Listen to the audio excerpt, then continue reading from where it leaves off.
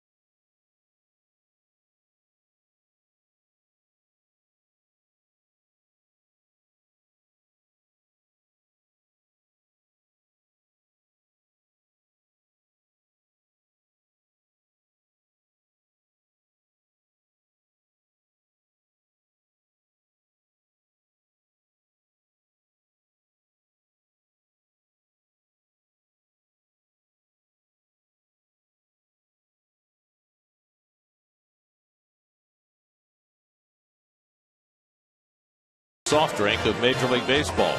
By DraftKings, the official daily fantasy partner of the New York Mets. And by the NYCB family of banks. Is that good? Be a part of the 3rd annual Citi Field Sleepover presented by Bedgear, Saturday, June 20th. Watch the Mets against the Braves on the outfield lawn with food and beverages. Receive a ticket to the July 28th Mets Padres game and get an exclusive Mets themed blanket courtesy of Bedgear. To sleep over at Citi Field, visit Mets.com/sleepover. Tonight's Cold Hard Facts brought to you by Clean Crisp Coors Light. In this series, 5 walks and 50 strikeouts. First time in the modern era that a team and its opponent combined for at least 25 strikeouts and fewer than 5 walks in 2 consecutive games. First time in the modern era. You say that a lot in this series. 115 years. A lot has happened here that's never happened before. It's the Mets and Padres. Perfect night in San Diego. What else is new? First pitch coming up.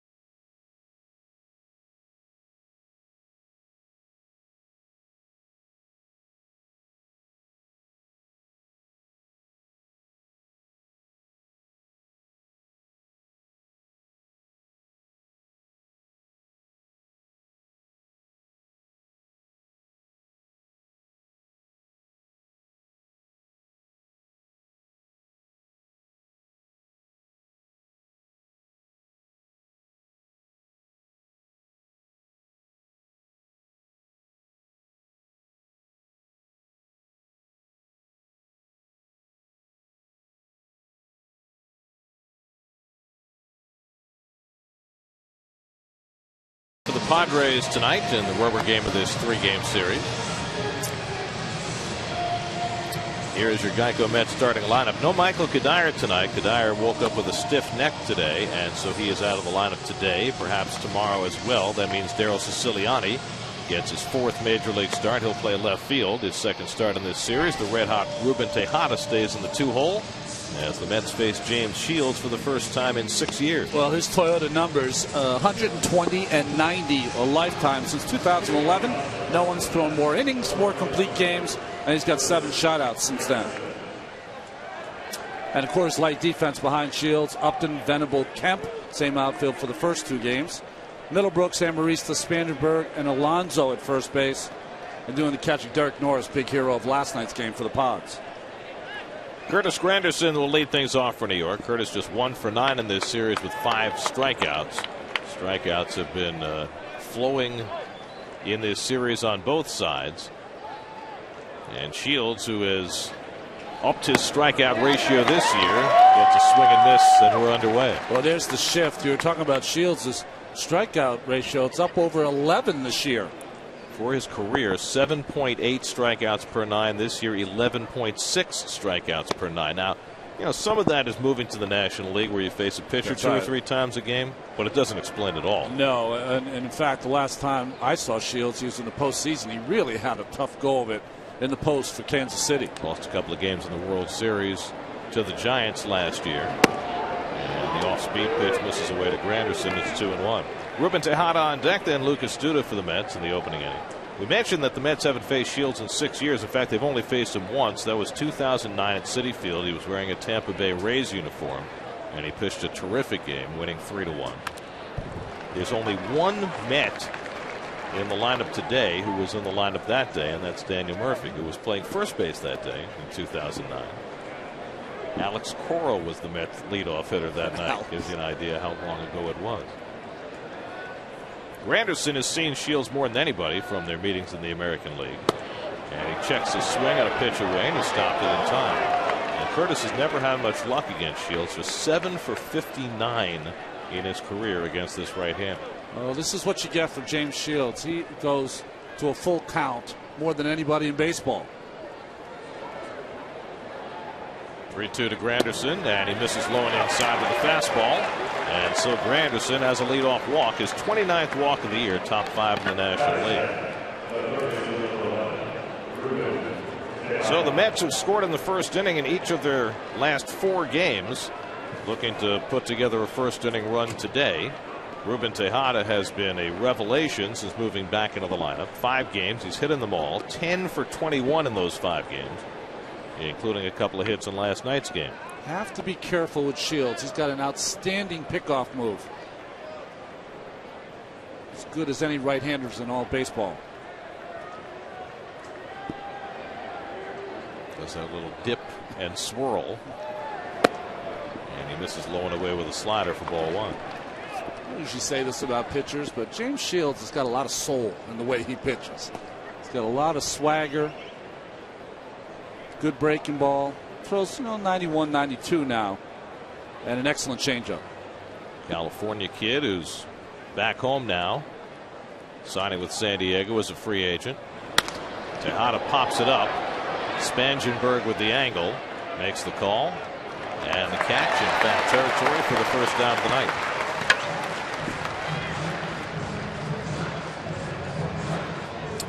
Really impressed by Spangenberg last night, weren't we? His speed, and had a great game for the Padres. So 1 out and 1 on. Now Lucas Duda. Duda 0 for 3 in this series. Sat out on Monday after getting hit in the knee Sunday. In fact, he hasn't had a hit since being hit in the knee by an errant David Phelps fastball. Lucas at .293 for the year, still 8th in the league in on-base percentage. And he takes a slider for a strike. Hit a couple of balls real hard that just went foul last night, and then was robbed by Alonso at first base of a base hit. Alonso making a leaping grab of a line drive that appeared headed for the right field corner.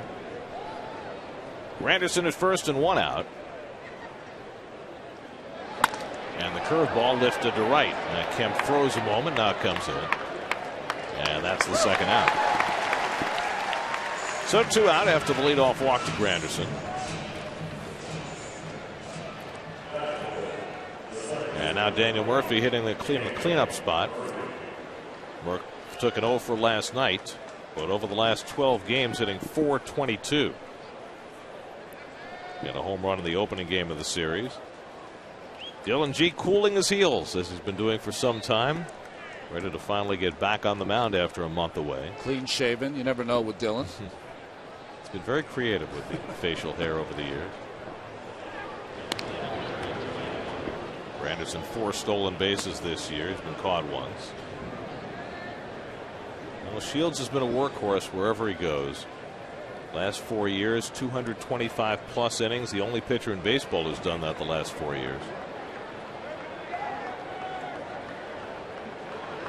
Pulled toward the hole, base hit for Murphy. Granderson had to hold up.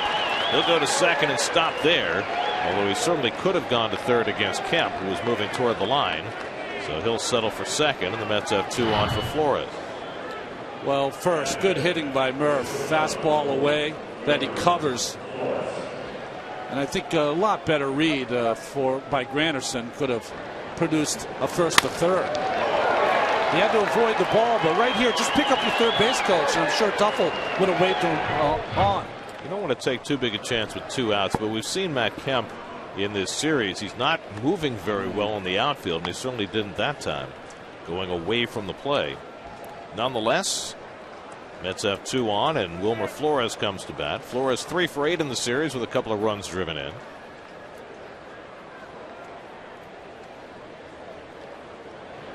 And Wilmer takes a curveball for a strike.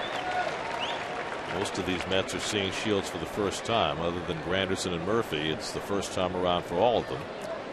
Granderson at second, Murphy at first. And you know, with Shields' repertoire, you just never know what you're going to get at any point.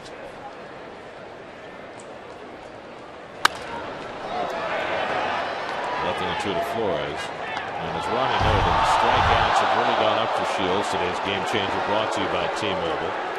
Leading the National League and second in the majors in strikeouts per 9 innings among Major League starters. I don't think anybody had that in the pool.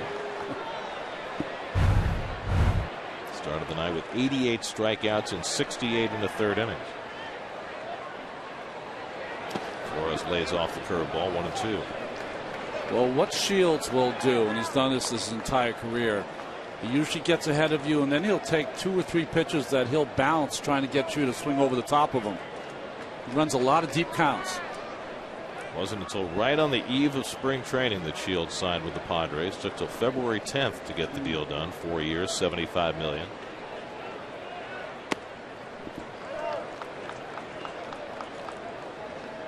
That's after Scherzer signed that $210 million deal, and John Lester was long gone. And Shields probably signed for less than he expected to get, but at age 33, teams were reluctant to go too far down the road. 2 out, 2 on, 2-2 to Flores.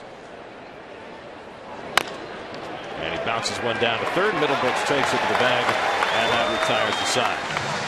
A hit and 2 left. Dylan G heads back to the mound for the first time in a month when we come back.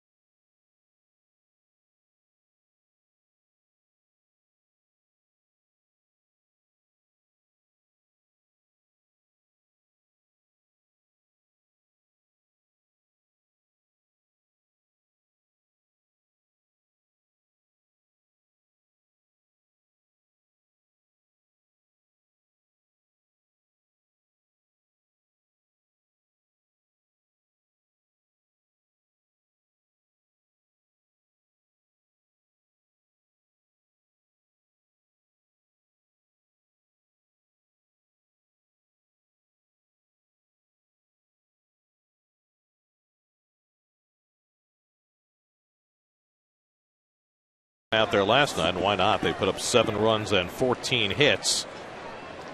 And tonight they'll go up against Dylan G, pitching for the first time since May the 3rd. Well, you see his Jeep numbers. His rehab starts, he went 16 2/3 innings with 16 strikeouts. Will Venable leads off and takes a strike. Venable, a couple of hits last night, including a 2-run triple against Noah Syndergaard. He's 2 for 9 in the series. Venable filling in for Will Myers in center field. Myers still at least a week or so away. And G comes upstairs with a fastball and gets ahead 0-2. Well, Dillman made 3 rehab starts. He pitched to a 1.62 ERA in the 3 rehab starts, which was 1 more than he thought he needed. Yeah, he only wanted to make 2. Well, he made the 2, and then he joined the team on the road in Pittsburgh and was told, well, you're going out making another one. He said, why? I'm ready. Well, because of the off days, the Mets didn't want to start the 6-man too early, and so basically they were just nursing G along for another week on the DL, ostensibly to get him to 100 pitches, which he did. So Terry Collins is secure that if G needs to, he can go 105, 110 tonight. Derek Norris on deck, then Justin Upton for the Padres. And Venable hooks one down the line, and that'll go foul.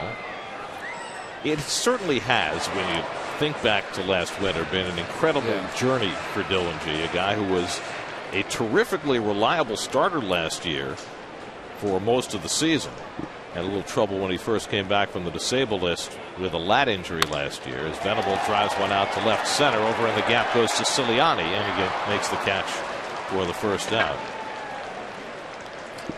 Well, I have to say, maybe 1990, I had kind of the same kind of year that year where you really felt kind of the footsteps behind you of newer pitches coming up. The year prior, I had won 14 games, but I also lost 14, so it wasn't a great year. And there was a lot of talk of going to the bullpen, being replaced. It's a very uncomfortable place to be when you're on a team and you don't even feel like your own team wants you. And, you know, nobody is naive here. Derek Norris steps in. I mean, Dylan G understands that, you know, Noah Syndergaard was on the rise and Steven Matz is going to be coming up fairly soon. You can't keep him in AAA forever. I mean, all these guys understand what the deal is here. The Mets have a wealth of young starting pitching. And, you know, in some ways, when you're in a position like Dylan was last winter, you almost would have preferred to have been traded and start fresh somewhere else. Well, I know that's what I wanted. When I started to hear all the whispers, you know, it just becomes uncomfortable in the clubhouse. Tough pop for Tejada, and it goes underneath him. And Derek Norris is on first base. Well, that ball just ate up Tejada. He didn't know whether to come in, go back, and he ended up being right in the middle. And turned a play that if he had charged, he probably could have made it an easy play on that, but kind of surprised him. He's a very good infielder who hasn't played a lot of third base, and that's the kind of play that, you know, you just don't see when you're playing the middle infield. They're going to score that error on Tejada, which I think is a very hard error. And I would think that if I were the Padres, I might be appealing that call for the sake of Derek Norris, whom they are pushing for the All-Star game. He's had some great offensive numbers this year and probably deserved a hit there. So here is Justin Upton, who has had nothing to show for this series so far. 0 for 8 with 4 strikeouts. Came in a hot hitter. And G comes inside for ball 1.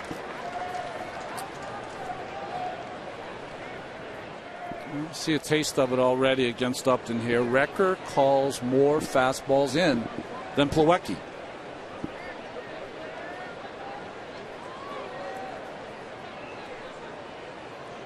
Norris at first and 1 out.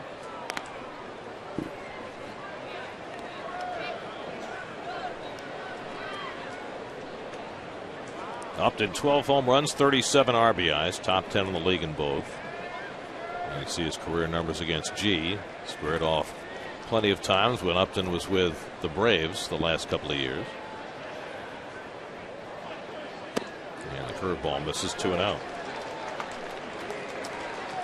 I always think of Upton as the kind of hitter that feasts more on a guy like Dylan G, a guy who doesn't throw 95 plus. Slider speed bat. Yes. Now Dylan working behind in the count against a dangerous hitter. And he misses inside. Now it's 3-0 with Matt Kemp waiting on deck. Remember from his days in Atlanta, Upton will swing 3-0.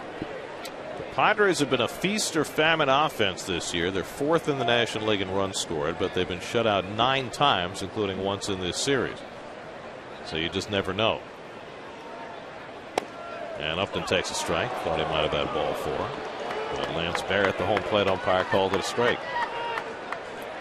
Matt Kemp waiting on deck. Upton and Kemp between them 0 for 14 with 8 strikeouts in this series, but you know that's not going to last forever. Padres able to win last night with nothing from their 3 or 4 hitters. 3-1, Norris at first. Not going. And it's outside ball 4, and the Padres have 2 men on. So an error and a walk put 2 men aboard with 1 out. And Matt Kemp coming up. Interesting there, the veteran G's. Seemed like to me he's being very careful with Upton. He's seen the at-bats Kemp has taken the last 2 nights. It's been rough for Kemp. He really has not hit a ball hard in this series. Got off to a terrific start in his first 3 weeks with his new team, but has really tailed off since late April. On base percentage down to .277 with only 1 home run for the year. Not quite the Matt Kemp that we saw during his heyday with the Dodgers. But Bud Black has kept him in the cleanup spot, and he's batting here with 2 men on.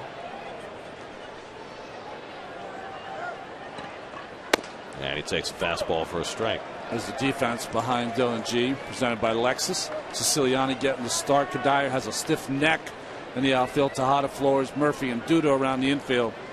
Like I mentioned before, Anthony Record doing the catching this evening.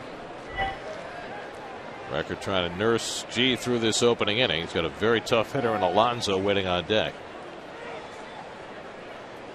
And Kemp bounces 1 foul, and Dillon's up in the count 0-2. Alonso came back from the DL last night. He came back hitting. 3 hits right in last night's game. They really need him too, because he's the one real left-handed stick in that lineup. You got guys like Upton and Kemp and Norris, all big right-handed bats, and they need Alonso to be that left-handed counterpart. Now G ahead on the count 0-2, and he just misses outside. Dialed it up to 92 that time. That's about where he's going to top out. Watching Matt Kemp play now, it seems like he's playing hurt. Talked about he had shoulder issues before, hip issues this past winter. There's Michael Kadire. Trying not to turn his head too quickly. It's terrible having a stiff neck. I've never had a stiff neck. Really? Yeah, never. You're afraid to react to anything. That's not a very nice thing to say. Probably I'm going to get one on this plane flight, but. Well, I hope not. We should get you a nice neck pillow just in case. 1-2 coming from G, and he misses well outside with the slider. 2-2.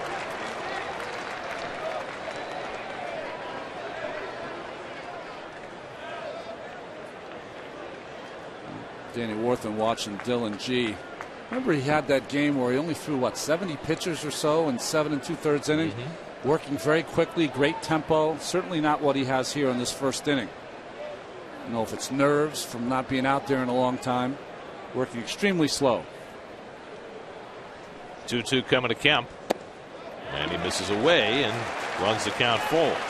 So Kemp goes from 0-2 to 3-2.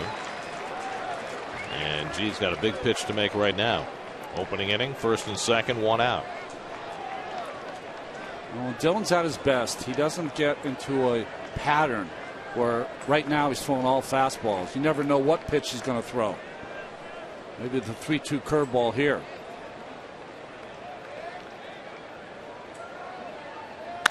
Up the middle, base hit for Kemp.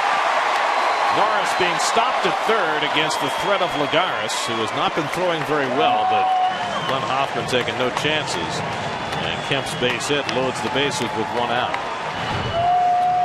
Well, Dylan does not get in a position to field there, so the ball goes right through him. And I think the reputation kept Norris at third base there with Lagares. Change up, 3-2. Good job by Kemp staying back. You know, Norris is one of those guys, he just doesn't move that well, so it's a hard call for Hoffman with the reputation of a strong arm that Lagares has. You know, he may not be throwing all that well, but he still charges the ball so well. Charges it and gets rid of it quickly. So bases loaded, 1 out, and now Alonso, who came off the DL with a 3-for-4 night last night, hitting .352 for the year. And he's hit by the pitch, and it forces in a run. Norris trots in to score. 1-0 San Diego. An error, a walk, a single, and a hit by pitch, conspiring for the first run of the game. Well, you can't have a worse kind of start to a ball game than Dylan's had here. This ball's not even close. Trying to throw a little cutter inside the Alonso, hits him in the back of the leg.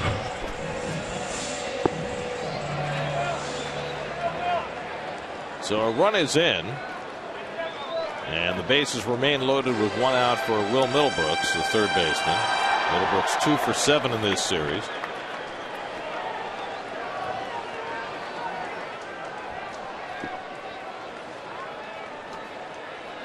Dylan looking for a ground ball to give his infield a chance. And Middlebrooks takes a fastball for a strike. Upton now at third, Kemp at second, and Alonso at first with 1 out.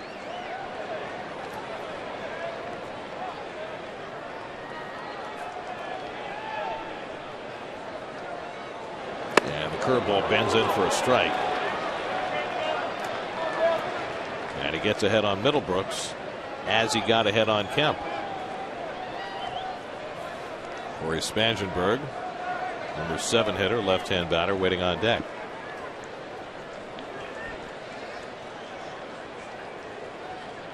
Oh, 0-2 to Middlebrooks, and the curveball lifted to center. Tagging at third is Upton. Lagares gets behind it and makes the catch. The throw will go toward third. That's where Kemp is heading, and moving up as well as Alonso. So all 3 runners advance on the sacrifice fly by Middlebrooks, and it's 2-0 San Diego. Well, I don't get to say this very often, but bad play there by Juan Lagares. Sac fly, nice hitting on the 0-2 count by Middlebrooks. This ball's got to go into second base. Keep that force open.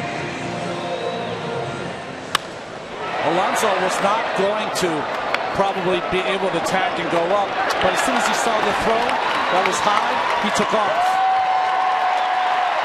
Well, Flores also vacated the cutoff position to go cover second base. I wonder if he'd stayed put, if he'd been able to cut that ball off. So now 2 in scoring position for Spangenberg. And a big out for G to get here, already down 2-0. And Spangenberg trying to bunt for a hit. Not an appropriate spot for that, but 2 in scoring position. What's interesting about that is that he surprised everyone in the ballpark, including Matt Kemp, who didn't even look like he was going to take off. Well, we saw Spangenberg lay down a bunt hit last night, but he also had a triple and an infield hit. He's got wheels, and he's had a good series so far, 3 for 6.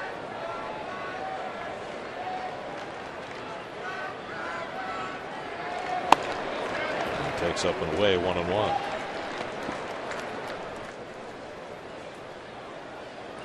Well, 26 pitches deep in this first inning and still seeking that third out. It doesn't always happen, but sometimes the most important out you need to get comes in the first inning.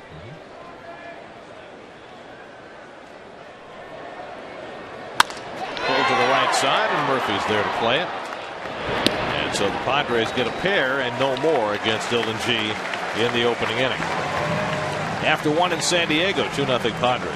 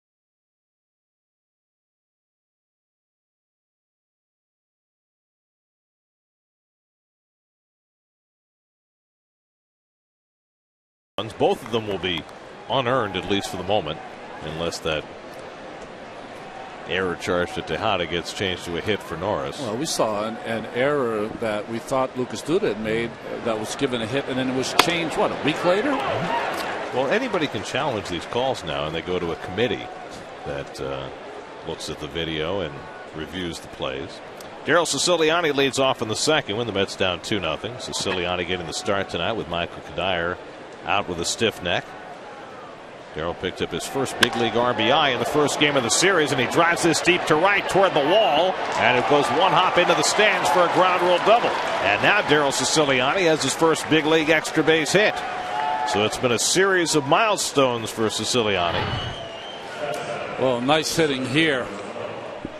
Supposed to be a changeup away. It was middle. Nice job by Siciliani. And I think he would have had a triple if that ball stayed in play. So he had his first RBI on Monday, his first stolen base, and now he has his first extra base hit. Is that a special Padre with the mustache? I don't know. What was that exactly? Juan Lagares the batter. Lagares 3 for 8 in this series. Has looked much better swinging the bat the last couple of days as that rib injury subsides. And he drives this one to right, but Kemp is right there, tagging at second Siciliani. Kemp's throw comes through, and Siciliani is out. Z.B. Buckner with the call, and we'll have to see if the Mets challenge this. Terry Collins has already come to the top step. They got to challenge that. I mean, great throw by Kemp. But I thought by the naked eye that Siciliani easily safe. Maybe he didn't get his hand in there. Yeah, he did. Yeah, he was safe. So the Mets are going to challenge, I'm sure. Kemp still has that strong arm, and they're not going to challenge. Huh. You think that angle showed something different? It maybe showed that angle showed that it wasn't worth the chance. So it goes to double play, 9-5. Quite a throw by Kemp to get Siciliani, and there are 2 out and nobody on. Now Anthony Recker getting the start behind the plate tonight, after Kevin Plawecki started the first 2 games of the series and went 0 for 7. And Recker takes a strike from Shields. So 2 hard hit balls by the Mets in this inning, but they wind up with 2 out. Well, Kemp is not the outfielder he used to be, but he's got 2 gold gloves, and one of them, I mean, the reason he got him not only for his play in center field with the Dodgers, but he's always had a great arm. Clearly not moving as well in the outfield as he used to, but the arm's still solid.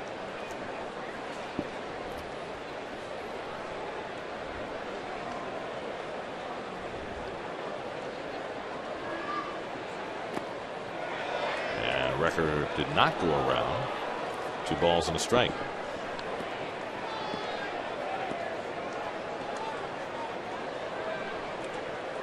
Dylan G would be next.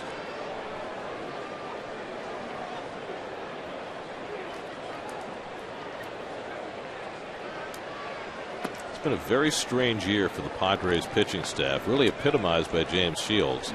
Their staff has struck out the most batters in the league and given up the most home runs in the league.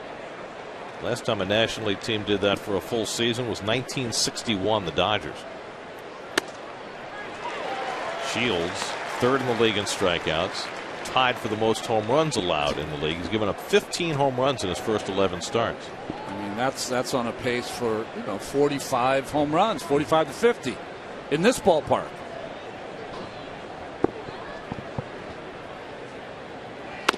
And Recker takes strike 3 call. That's the first strikeout of the night for James Shields. So Shields gives up a couple of bullets in that inning, but faces just 3 batters thanks to Matt Kemp.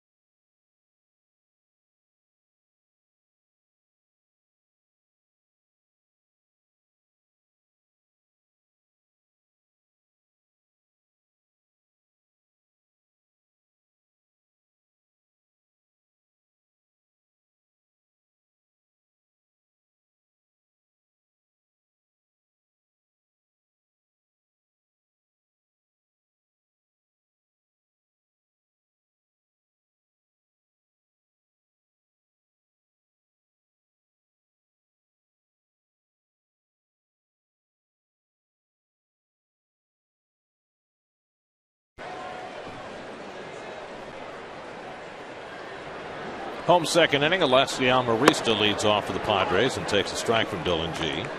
Amarista 2 for 5 in this series, has driven a couple of runs. But Barma started the first game of the series at short. Amarista the next two. And it lifts one to shallow center. Easy for Lagares, 1 out. So 1 out and nobody on. Well, David Wright remains with his teammates today. He'll head back to L.A. to continue his rehab tomorrow. And, you know, when you're diagnosed with an injury or a condition these days, what's the first thing you do? Well, let David tell the story. You know, I think they said just, you know, do yourself a favor and just, you know, let us come check you out before you start Googling things. And, of course, the first thing I do is Google it. And, you know, and then that's, I think, when you start thinking, you know, worst case scenario, and then all of a sudden you start thinking, well, you know, this website says it's, you know, it's not nearly as bad as the other website. So, yeah, I mean, I think that, you know, it's only natural that, you know, you hear the word and it, you know, anything with kind of spinal in it, you start, you know, getting a little nervous. But, you know, once kind of we've got a foothold on this plan, which I think that we're, you know, we have a pretty good hold on it. Well, spinal stenosis is a scary couple of words, and I think we all Googled it immediately. Yeah, we did. Not just David. And, you know, the song remains the same. Situation unknown. That's right. You know, David hopes fervently to be able to come back this year. His physical therapists are encouraging because he's made some progress, but nobody really knows. 1-2 from G, and the curveball popped up by Shields. Tejada comes in to call, and there are 2 out. Well, knowledge is always a good thing, but when you're an athlete, sometimes you don't want to know, especially when it's an injury that you really have no answers, no timetable on. Well, I think, you know, if you're the New York Mets, you proceed right now as though you're not going to get David Wright back this season. You might, and that would be a particular bonus, but whether it's shifting their infielders around or making a trade, they've got to take the long view of, you know, we're going to work as though he's not coming back, and if he comes back, that's a bonus. Well, you saw the Seattle Mariners today. They've struggled with their offense. They made a move. Picked up Mark Trumbo from the Diamondbacks. So there are trades to be made if you need to make one. Interesting piece about that deal. That was a 6-player trade, and one of the players going to the Diamondbacks is Wellington Castillo, who was the catcher for the Cubs until the Cubs made a trade with the Diamondbacks to get Miguel Montero. And now, after a couple of stops, Castillo winds up taking Montero's spot with Arizona. Funny how things work. Venable called down on strikes. Much better inning for G. He has his first strikeout of the night. The Pineapples are on the move. Where are they going? Sweet.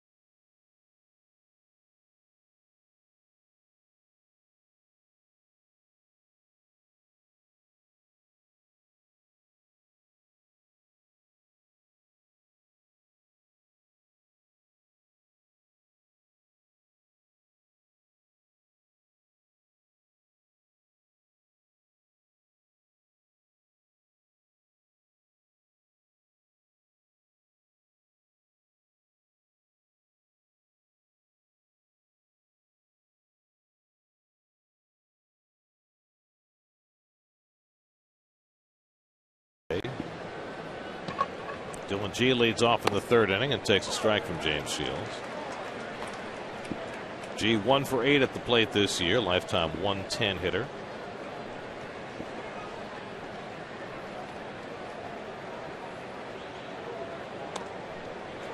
And Shields gets ahead of him with a slider, 0-2.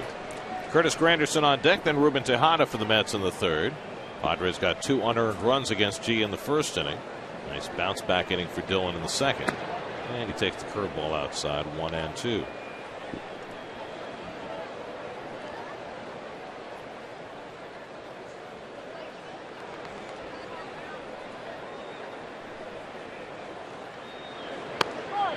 That one catches the plate, and Shields has his second strikeout of the night.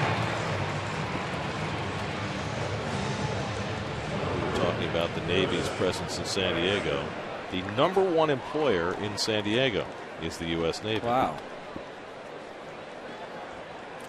1/6 of the entire fleet is located here. Midway, the largest ship until 55. Wow. Granderson walked his first time up. And like they've done this entire series, shift against Granderson. Well, Curtis has been pulling more and more as the season has gone along, and the results have gone backwards. Just 7 hits in his last 41 at bats. His average has dropped below 230. Early in the season, he was doing a better job using the whole field, and it seemed like yesterday we were talking about Kevin Long having his old hitting coach back. Everything was going to be fine, and it hasn't worked out that way for Granderson yet, except for the walks. Right. 29 walks now, which is top 5 in the league. He's hit 6 home runs, so he's on a similar home run pace as he was last year, where we reached the 1/3 point of the season after tonight's game. 3-1 from Shields, and Granderson lifts it a mile high into left center. Upton calling, and Granderson retired, 2 out.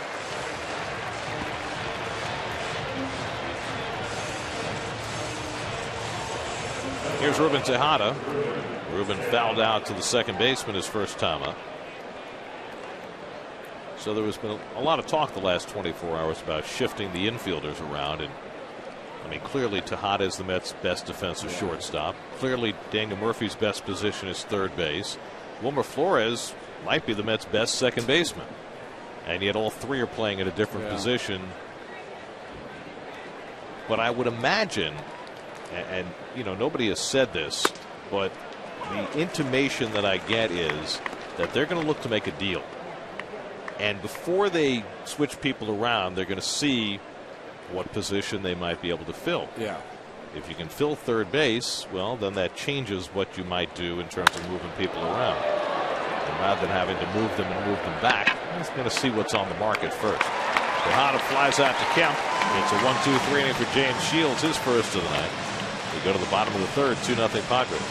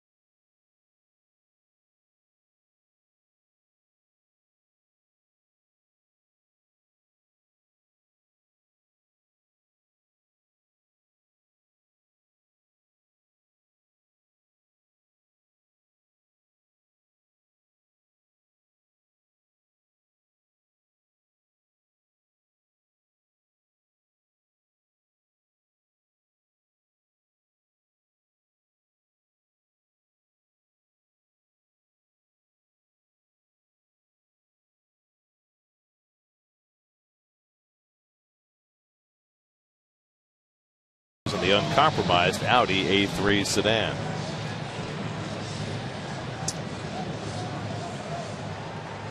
I feel like we're peeking into the harbor between those buildings.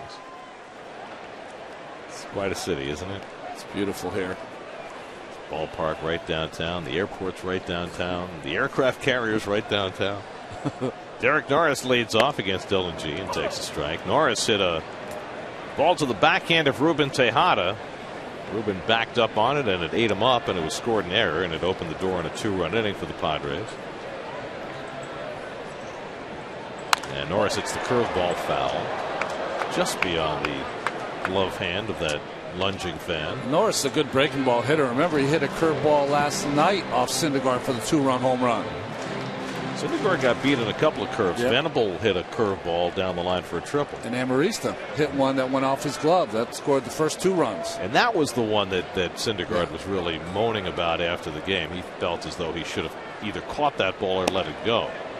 I don't know what would have happened if he'd let it go. I know, we showed a couple of shots. I don't know if Murph would have got there. But if he'd caught it, he was saying, hey, maybe I get a triple play out of that. I'm not sure if that would have been the case either, but it certainly would have changed the nature of the inning had he been able to grab it.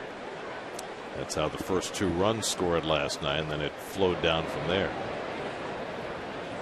Norris pulls one down to third. Tejada handles this one cleanly. Low throw, though, and Duda can't make the tag, and it's going to be a throwing error on Tejada. So 2 Derek Norris ground balls, 2 Ruben Tejada errors. This ball is a pretty easy play, but not a good throw by Ruben Tejada. And you know what's interesting there is Norris catching, guy really hustling down the line. Made that throw a little tougher. Didn't make the throw tougher, but that's a routine play. Yeah. So leadoff base runner for the Padres in the third, and now Justin Upton. Upton walked and scored in that first inning.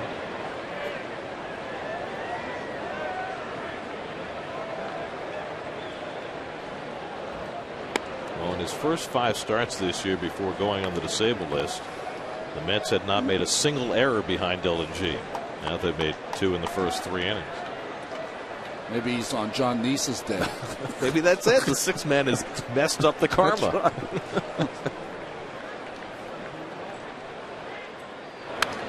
Fouls back to fastball, and it's 1-1. And Justin Upton's going to be a free agent at the end of this season. He'll be 28 years old, right in the prime of his career. It's going to be very interesting to see what kind of numbers get attached to his name.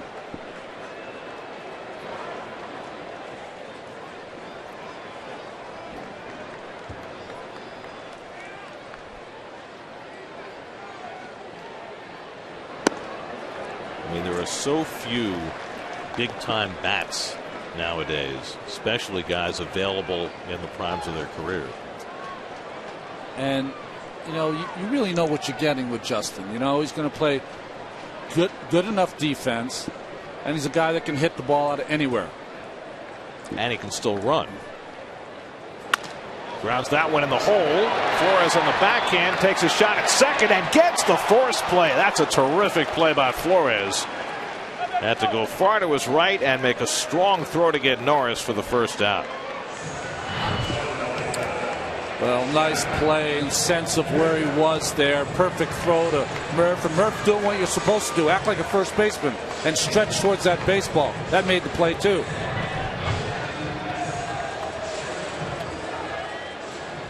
Flores makes a nice play for the first out of the inning. Upton aboard with 1 out, and now Matt Kemp the batter. And you have to be wary of Upton, who's 10 for 10 stealing bases this year. Padres as a team are 5th in the National League in steals. Kemp had a base hit up the middle his first time up. And he hits the curveball in the air to right. Easy for Granderson. And Curtis squeezes it, 2 out. Dylan getting some mileage out of his curveball here in the third. It's interesting to see Upton running so much early in the season on a pace maybe he wants to take a little 30-30 into free agency. I don't think there's much doubt about that. You know, you need to show off your wares. Yeah. And I said it last night, and I'll say it again. Justin Upton this year is playing very much like a young Justin Upton, the way he played when he first came up with Arizona as 21, 22-year-old. Here's Yonder Alonso, who was hit by a pitch his first time. The only thing not working in Justin's way is he's got to continue to talk about his brother, and why his brother hasn't been able to live up to his contract. Well, it looked like he had broken free from BJ, now Melvin, but subsequent trade brought Melvin Jr. to San Diego. He should be ready to play fairly soon. That's drilled into right, a base hit for Alonso. Upton will go first and third with ease. So Alonso just continues to rake. 4 for 5 now since coming off the disabled list. Always beware of the hitter who got hit in his previous at bat. Their concentration seems to go up an extra notch. Alonso hasn't missed a beat since coming back. So first and third and 2 down. And now Will Middlebrooks, who drove in a run with a sacrifice fly his first time. Anthony Recker stepping out in front of the plate to give signals to the infield on what to do if Alonso takes off from first. Alonso tried to steal a base last night, much to our surprise, and he was thrown out by Kevin Plawecki. I think the funniest thing was watching him run from first to home, where he didn't make it, and then initially called out at third base, but then ruled safe. And Corey Spangenberg got a triple, but got to third before Alonso crossed the plate. And Spangenberg initially called out at third, and they waved off the run because Alonso did not beat the play home.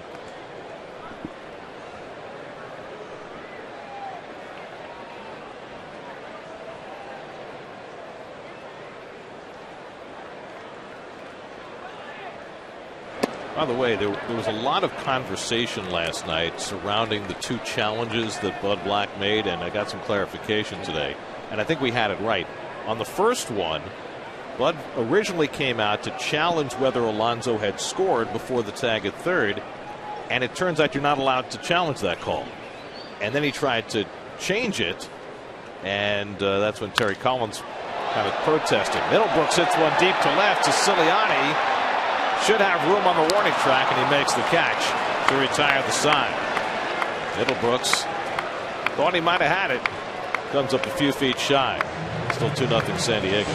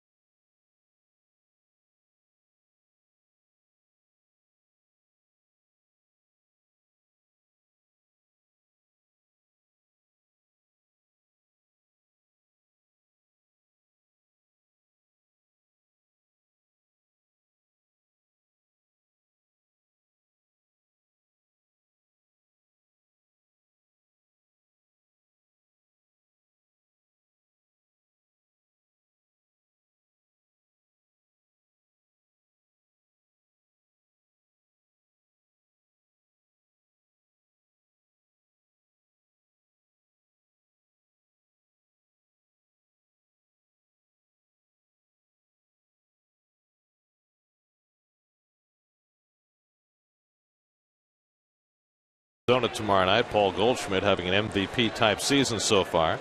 Then the Mets go home to play the Giants, the Braves, and not pictured, the Blue Jays on the next homestand. Giants 3 World Series championships in the last 5 years, and their offense has just been fabulous so far this season. And Hunter Pence hasn't really got it going yet. Lucas Duda fly to right his first time up. Mets start in the 4th inning, down 2-0, and Lucas fouls it back. The ball to strike. Duda, Murphy, and Flores 3, 4, and 5 in the order, trying to get something working against James Shields. Shields has walked 1, struck out 2, given up 2 hits over the first 3 innings.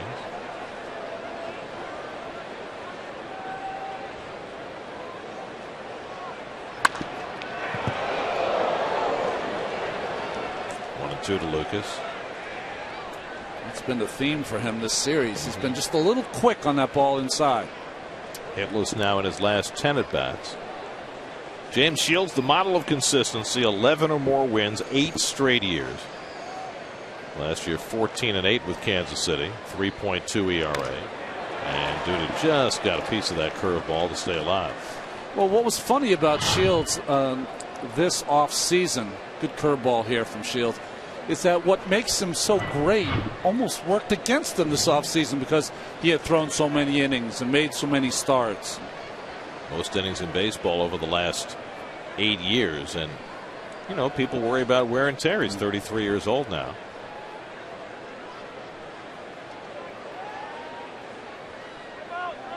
Time asked for by Duda.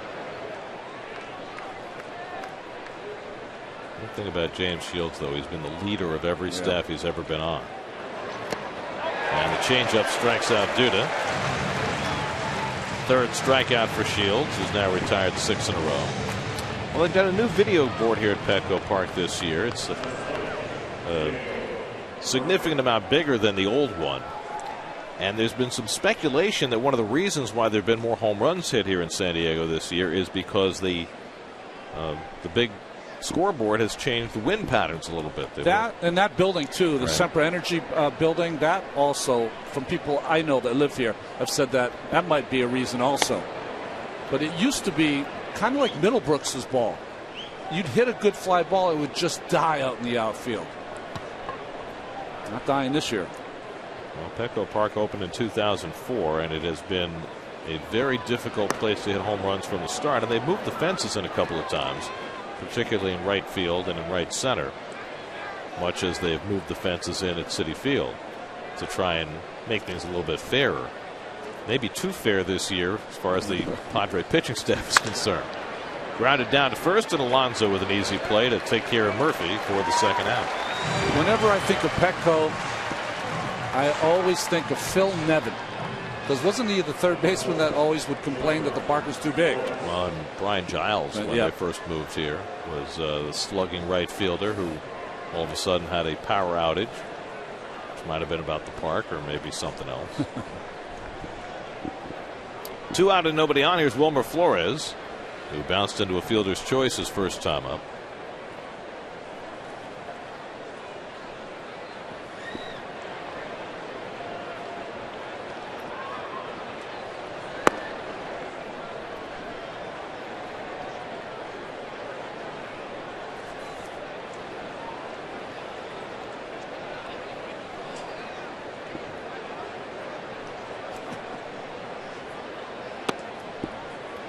Flores lays off the slider. 2-0.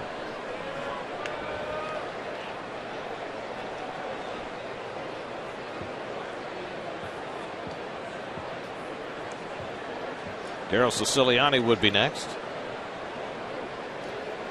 Shields has retired 7 in a row, and Flores takes a strike. That's what makes Shields so tough. 2-0. You think you have him the count in your favor. You're going to get a fastball. What's he give you? Takes a little off a cutter on the outside corner.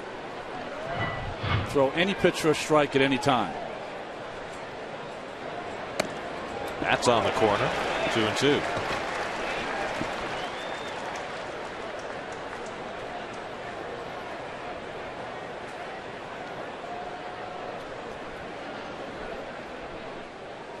A lot of shakes between Shields and Norris in this game so far.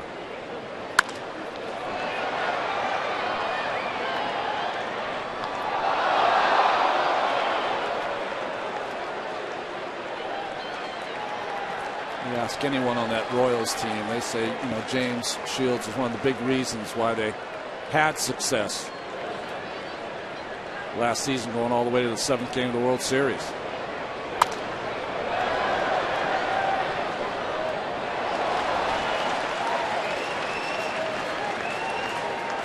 Well, of course, he started out in Tampa Bay, spent 7 years there, and then was traded to Kansas City, and he was traded for Will Myers, who now is his teammate here with the Padres. Myers, of course, on the disabled list. 2-2 to Flores, and he bounces the breaking ball, 3-2.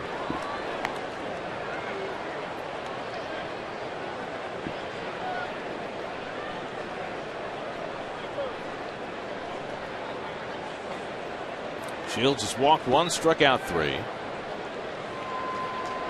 8th pitch of the at-bat coming to Wilmer. And he cracks one foul, still 3-2. Marlins beat the Cubs again tonight, 7-3. Giancarlo hit another home run. That's 17. The Phillies were down 4-0 against the Reds in the bottom of the 9th and tied it up against Aroldis Chapman. Maikel Franco hit a 3-run homer to tie it during the 10th. He's going to be a good player, that young third baseman. Well, the Nats got shut out by Mark Burley and the Blue Jays. That's lined to left field, but on comes Upton, and he picks it off for the out. Good turn at bat from Flores, but he's retired. 8 in a row retired by James Shields. Well, we're celebrating 10 years of Mets baseball on SNY. After the break, we'll go back and relive another one.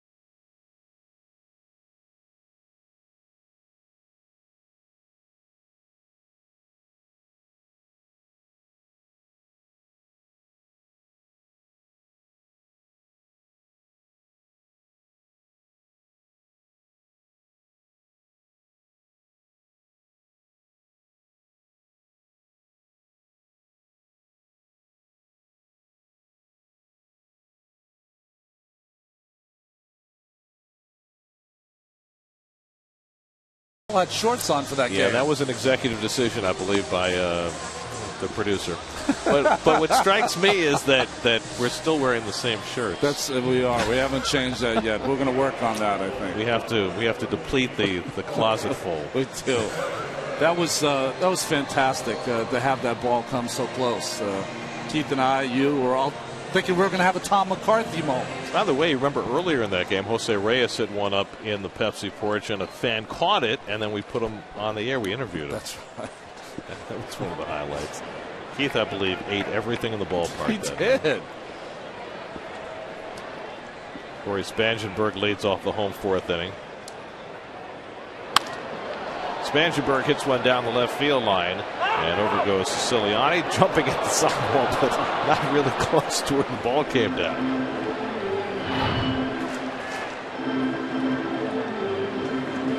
Gonna make like Spider-Man there for Siciliani. By the way, that tweet about that night on the Pepsi porch, they mentioned Beltran's home run. That was Pagan, right? Yeah. Oh well. Some people's memories are better than others. That's right. Hopefully that's the guy we face in the Beat the Booth next week. That's right.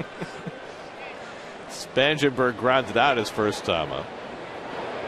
And he lines one into center field for a base hit. So Corey Spangenberg, 3 hits last night, and now a leadoff single in the 4th inning tonight. Well, before the game, Steve Gelb's caught up with Anthony Recker. Wanted to talk about what Dylan G needed to do to be successful tonight. For him, location obviously is huge, which is, key for a lot of guys. But for him, it's mixing in the off-speed, being able to use that when he falls behind, being able to use it early in counts to get ahead. Being able to spot that stuff up and use that to get back into counts where he can get back to his fastball. But then obviously fastball command, and he's got such good movement on his fastball. So, for the most part, if you can keep that down, the off-speed doesn't mean a whole lot. But it's always nice to have, and it's great to keep hitters off balance, and that's a big key for him. Amarista follows with a hard base hit to center, so back-to-back singles from the 7 and 8 hitters to start the 4th against G. Yeah, both on fastballs there by Dylan. Well, I think Anthony's got it right on when you talk about Dylan G. Is that I think the only time he struggles, Gary, is when he gets fastball happy and he doesn't use his other pitches. We've barely seen him throw a changeup tonight, and that's been a lot of times his best pitch. So Shields will come up. Mets will look for the bunt. Shields does not have a sacrifice this year. Has 4 hits. He popped up his first time up tonight. Well, if you're Dylan G, once you release this ball, you've got to bust it over to that third base side. Sometimes if you do that, you can get yourself an easy out at third base. Although Spangenberg can fly. Shields, although he spent his entire career in the American League, is not a bad hitter. Lifetime 192 batter.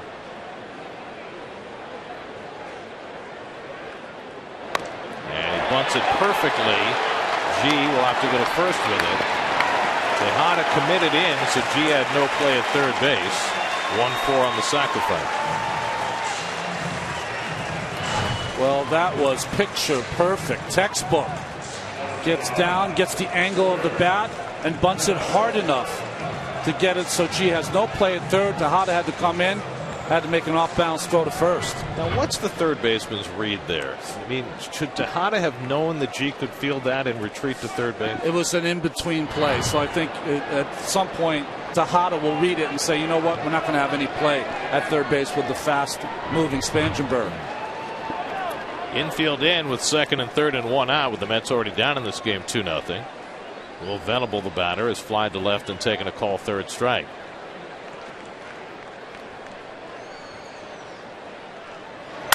And it's lined in the right field for a base hit. Spangenberg will score. Amarista right behind him. A 2-run single for Will Venable doubles up the Padre lead. It's now 4-0.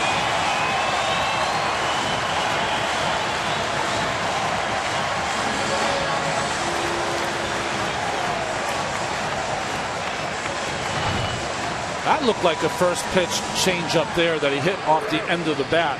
Venables had a nice series filling in for Myers. Drives in a couple. And a 2-run triple last night. Cashes in a pair there with a base hit. And now it's 4-0 San Diego. Still only 1 out in the inning, and now Derek Norris, who twice has reached on errors by the third baseman Tejada. He has scored a run tonight. Venable will steal the occasional base. He's got 3 this year. And Norris takes the slider off the plate. So things not going particularly well for Dylan G. He's given up 3 hits in the inning. One of the doubles leaders in the National League. Norris right behind Adrian Gonzalez. That's presented by DraftKings. Play daily fantasy baseball for free on DraftKings.com. Enter promo code NYM for free entry. Derek Norris has been better than any other catcher offensively in the National League so far. Most hits, extra base hits, most doubles. Last year, the best offensive catcher in the league was Jonathan Lucroy, but he's been hurt for much of the season. Just got back this week.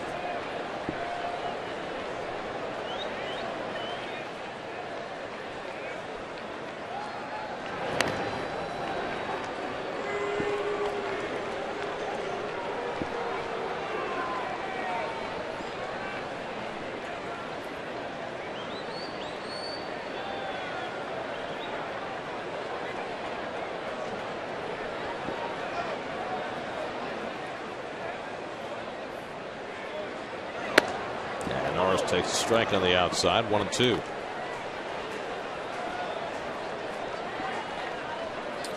Will Venable's father I played against, Max Venable. Remember when he was on the Cincinnati Reds.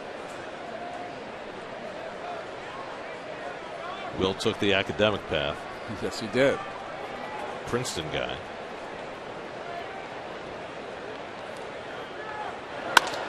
Right off G, deflects right to Flores. A fortuitous bounce, and the Mets turn 2. The bank shot off Dylan G for the 1-6-3 double play that gets him through the 4th. Not before the Padres tack on 2 more runs. Just got a piece of leather on it. And the nice redirect over to Flores. I think that's the second assist.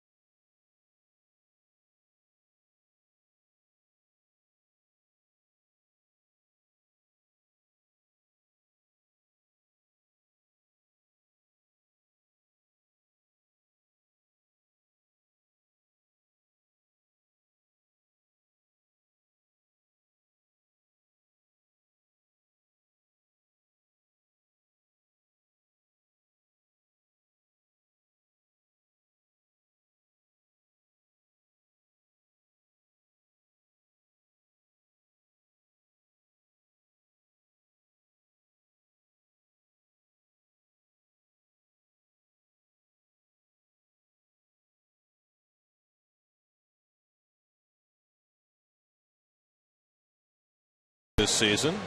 We'll be heading to Phoenix after the game, and we've learned some things while we've been here. First driver to cross the Coronado Bridge was Ronald Reagan in 1969. The Hotel del Coronado, the country's largest wooden structure. Beautiful hotel. They invented WD-40 here. That's great. Hypnotism is banned in San Diego schools, although I would think it is banned in most schools, isn't it? Oh, that's funny. I didn't know that Springsteen's Balboa Park is about the park. Well, here. now wait a second. Yeah. Now, that's kind of obscure. Yeah. San Diego's in Rosalita.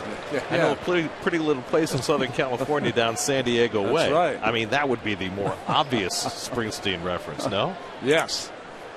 Daryl Siciliani drilled a double to right his first time up. His first major league extra base hit.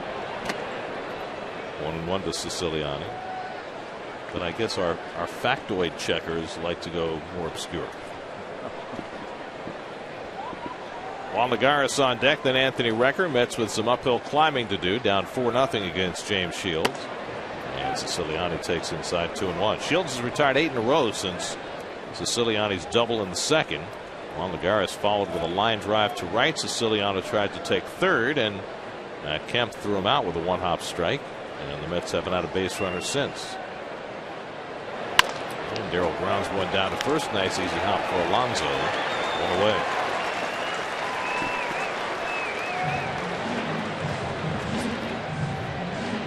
This is going to be a real uphill climb for the Mets. I don't know if there's any better front runner in baseball than James Shields. He reminds me a lot. And they're different pitching styles. But I played with Dave Stewart when he was at Oakland.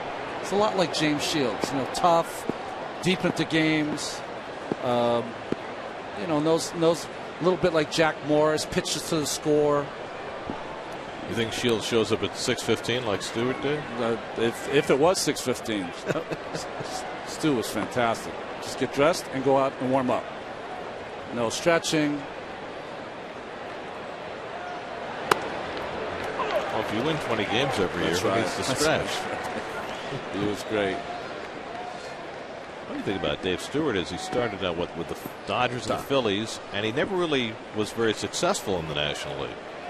Well, he was one of those guys, as Lagares' rare attempt at a bunt by Mets hitters.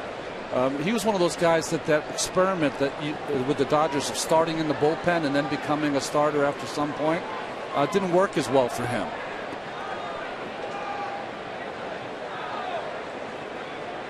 But when he found it, boy, did he find it. Lagares holds, and he went around strike 3. 4th strikeout for Shields, and that's the 2nd out of the inning. Again, it's the breaking pitch that Shields goes to when he needs to strike out, when he wants to strike out. Sunday on Jets Nation, go behind the scenes and see the unique way Muhammad Wilkerson is getting ready for the upcoming season. Plus, which player from last year's draft class is ready for a breakout season. On an all-new Jets Nation, Sunday at 8 p.m. Only on SNY.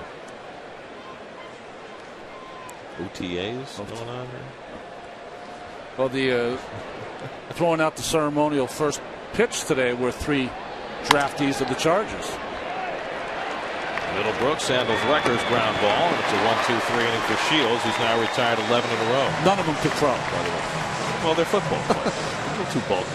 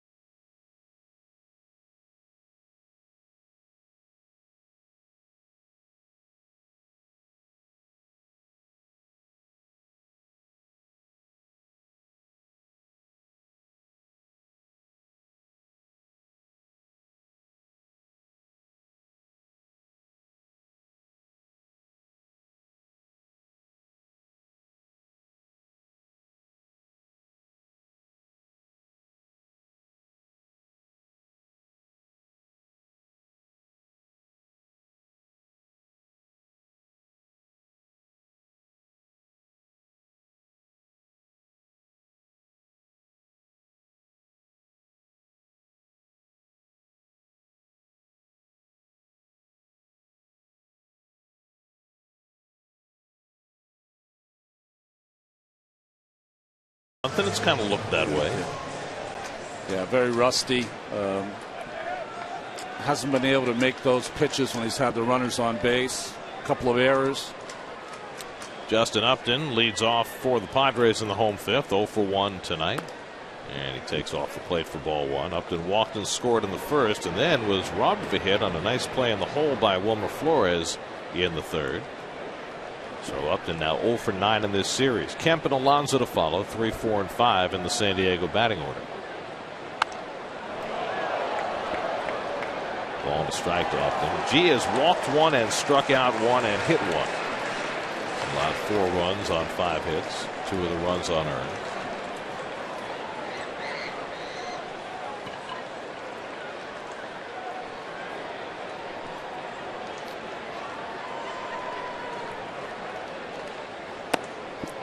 Slider to get ahead on Upton. The immediate goal for Dillon is to get through the 5th inning, which he's done 51 straight times, which is a Mets club record and the longest active streak in the majors. So one more, he beat Dwight Gooden, had the record, right? Doc had 49. Dillon's now at 51. That's lined into center field, and Upton's got a base hit. So a leadoff hit for Justin Upton. Interestingly enough, the second longest active streak of going 5 innings belongs to James Shields, who he is facing tonight. He's at 49 in a row. 50 now, right? That's right. That's what he got through 5. First hit in the series for Justin Upton as he tried to go upstairs and didn't get it high enough. Now it's Matt Kemp, who's 1 for 2 tonight, single to center back in the first.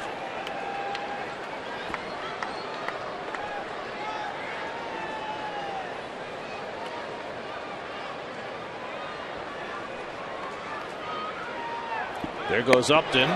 The throw by Rucker is a good one, right on the money, but dropped by Murphy. Looks like Upton kicked it out of Murph's glove. That was a great throw by Rucker. I mean, it was a huge jump, so Rucker had to get out of there quick, and he did. And he threw it right on the money, but Murph couldn't hold on to it. That ball coming out before Upton got there? Yeah, I don't think that Murphy ever handled that correctly. You could rule that a caught stealing E4. I'm sure that's not the way they'll score it.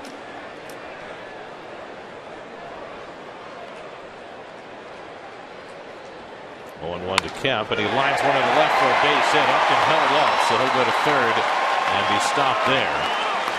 So back-to-back hits by Upton and Kemp, and the Padres have runners at the corners with nobody out. Watch the jump here, almost 5-6 steps by Upton, and still would have been out if Murphy had held on to the baseball.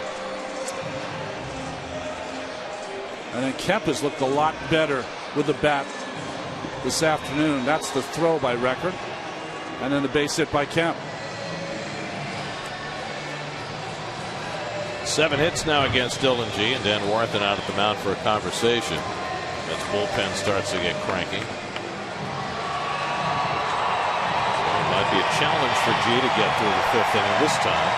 Mike Leathersich threw an inning in the 3rd last night as the first man up tonight. Are going to Arizona for a 4-game series in a ballpark where a lot of runs get scored, and you might need a lot of bullpen. So the fact that Syndergaard went only 4 innings last night and G is struggling here makes you, if you're Terry Collins, you want to save your better relievers for the 4 games upcoming. Last 2 days, Arizona beat Atlanta last night 7-6. Today 9-8. That's the kind of games they play. Highest scoring team in the National League. So here's Alonso, who's been hit by a pitch to force in a run and single to right. And he takes a curveball low and in for ball 1. What did Freddie Gonzalez, the manager, say? His bullpen was exposed. That's what he said.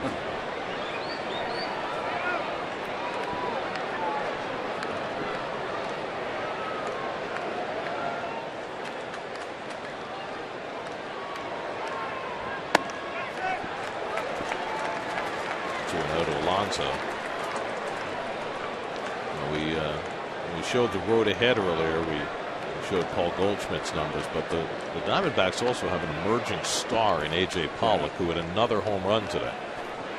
Speed, defense, and now power. Alonso swings over the changeup. As good a one as G has thrown tonight, 2-1. I'm seeing a lot of this tonight when he's behind in the count, but that was a good one. I mean, that's what he's always done, is throw that changeup in fastball counts, and had a lot of success with it over the years.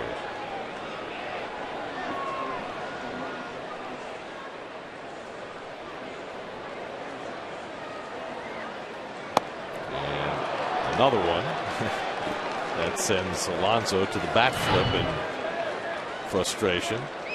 Well, you think to yourself, got to continue to stay with the same pitch. He's swinging at it.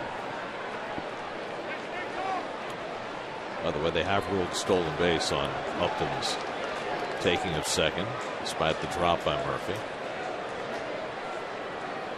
2-2 to Alonso, first and third, and nobody out. And he wouldn't bite at that changeup, and it's 3-2. Fool me twice. Well, he might counter with a breaking ball here. I don't think he wants to throw a fastball to Alonso. Stay right with that changeup. 3-2. Full foul.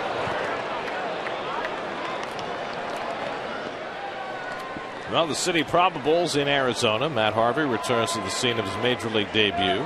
John Neese tries to get back on the right track Friday night against Chase Anderson, who's been the best starter for the Diamondbacks so far this year. Then Cologne and DeGrom Saturday and Sunday. So back-to-back, the Mets are facing former Rays pitchers. Ellickson tomorrow. Again, the 3-2. And Alonso bounces one foul. The Diamondbacks, with Patrick Corbin still fighting his way back from Tommy John surgery. In their starting staff, they have one pitcher with an ERA under 4.5, and that's Chase Anderson. The bullpen has been shaky. Addison Reed lost his closer's job. Brad Ziegler is now closing. He's had saves the last 2 days. Eighth pitch of the at bat coming to Alonso. Knocked down by G. Throwing to the plate off the glove of Recker. Upton scores. Kemp goes to third. Alonso going to second, and Recker didn't even see it. And it's 5-0 San Diego.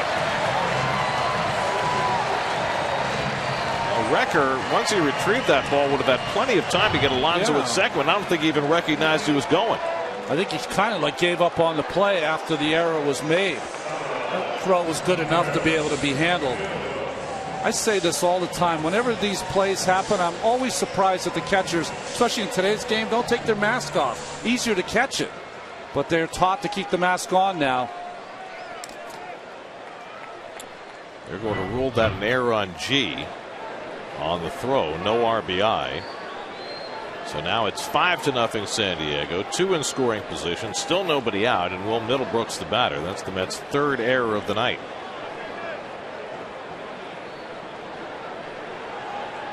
Middlebrooks drove in a run with a sacrifice fly in the first. Got Kemp at third and Alonso at second with nobody out. Infield coming in. And that's driven to the gap in right center field. That's a base hit. Cut off by Granderson. But 2 runs will score. Kemp and Alonso are home on Middlebrooks. 2-run single.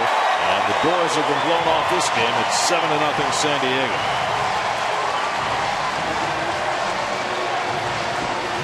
Dylan G treated very rudely in his return from the disabled list, and his night is over. Another fastball right down the middle. And Middlebrooks covered it. Once Alonso Renner was down, he scores the 7th run for the Padres. So Dylan G's streak of 51 straight starts going at least 5 innings comes to an end tonight. He manages just 4 innings plus in his return from the disabled list. And Jack Leathersich will come on to pitch. We'll be back to San Diego in just a moment.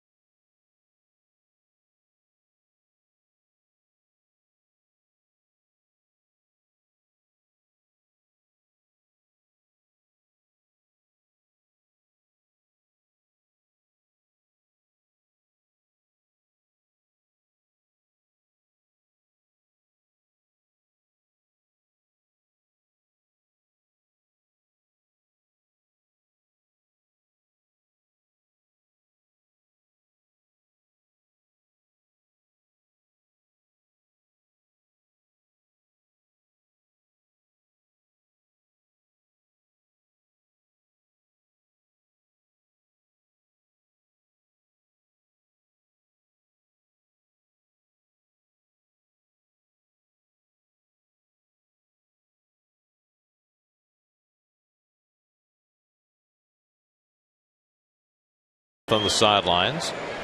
And now he can only watch as Jack Leathersich comes in. Still nobody out in the 5th. 3 runs are in. Corey Spangenberg, the batter, with Will Middlebrooks at first. And the curveball from Leathersich almost hit him in the back. Leathersich went an inning and a third last night, gave up no runs, 2 hits. Those are his numbers so far. Been pretty impressed. He's thrown a lot of strikes. That was the one issue you were worried about.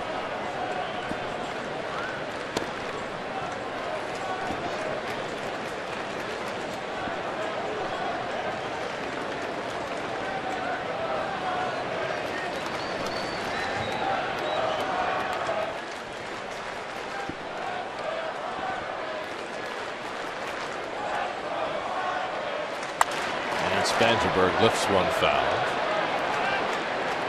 That'll go out of play.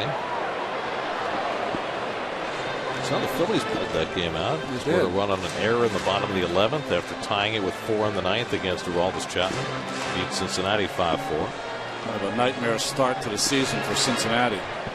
They're now 7 games under 500, and they lost Marlon Byrd last night to a fractured wrist after he was hit by a pitch.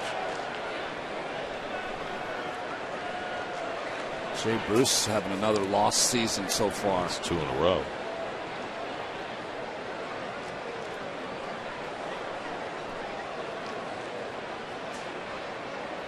Well, the more they flounder, the more the speculation increases that they'll trade Johnny Cueto. And probably maybe the best right-hander in the National League.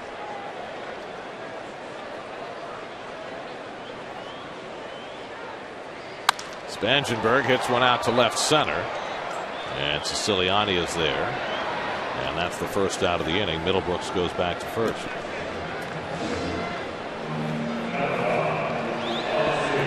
So 1 out and 1 on. Now the number 8 hitter Alexi Amarista. So it's been a series of 7s, hasn't it? Mets scored 7 runs on Monday night. Padres put up 7 last night and 7 more tonight. I wonder if that ball up the middle, if Dillon had let it go, would have been a double play, because Flores was shaded up the middle. 2 non-plays by the pitchers have cost them the last 2 nights. Well, let me ask you this. We had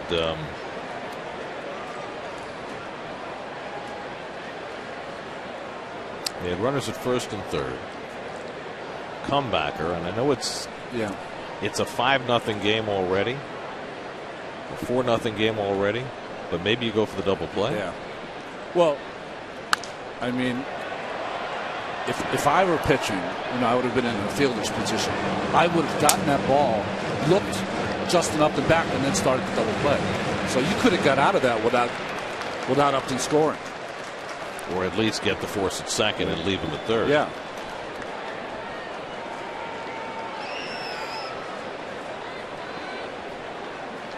Leathersich ahead on Amarista 0-2 with the pitcher Shields on deck. And a little comebacker. Leathersich is going to go to first with it and get the sure second out as Middlebrooks moves up to second. Didn't look like he had any thought of throwing the ball to second base. That was a good read by Middlebrooks, who took off right away, but you're right. Kind of maybe fell asleep on who was out there. When that ball comes back at you, you're thinking about second. He never looked. There's been a little dozing in this inning by the Mets. Yeah. Recker not even thinking about throwing to second base as Alonso took an extra base. That wound up leading to a run. So here's Shields, who's popped up and sacrificed. He's now 7 runs to the good as he tries to go to 7-0 on the season. One of the ways you go 6-0, by the way, you pitch on the right day. That's right. Well, he went through a stretch where he won 2 games in a row where he gave up 5 earned runs in both starts. 7 home runs in those 2 games, and he won them both. That's living right.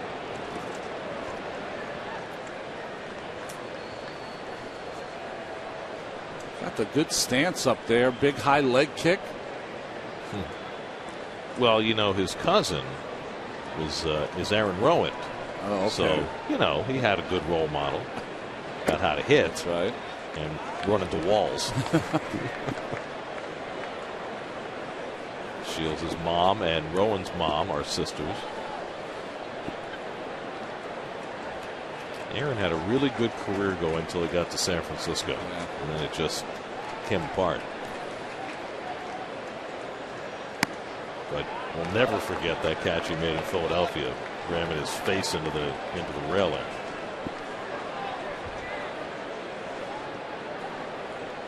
Who hit that? Beltran? I don't remember. I remember Traxel was pitching that night and took the loss. It ended up being 1-0, didn't it? I think was it a rain-shortened game? Maybe? Yeah.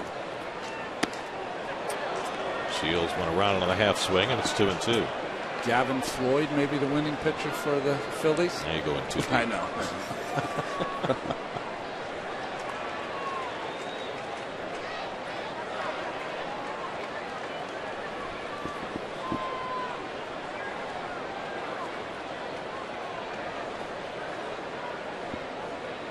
2-2 from Leathersich, and he gets Shields looking to end the inning. So Leathersich comes in and gets 3 hitters in a row. But the Padres put up a 3 spot against Dylan G in the 5th and leads 7-0.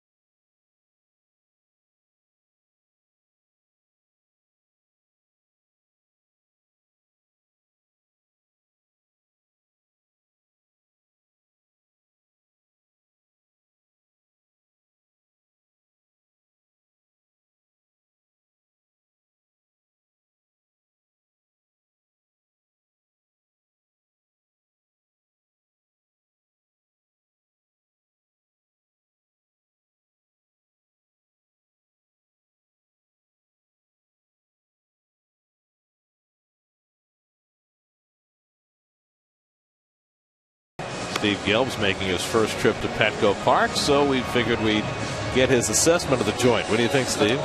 Well, you know, Garrett, the one thing that really stands out, and you guys have spoken about it obviously here in the past, is that building in left field, the Western Metal Supply Company building, especially considering how generally nondescript the ballpark is. It's very nice, very clean, but you look down the left field line and there's this historic building jutting out. They've done such a good job with the exterior, making that corner the left field foul pole. But what really stood out to me is when I got a chance to walk through it today before the game.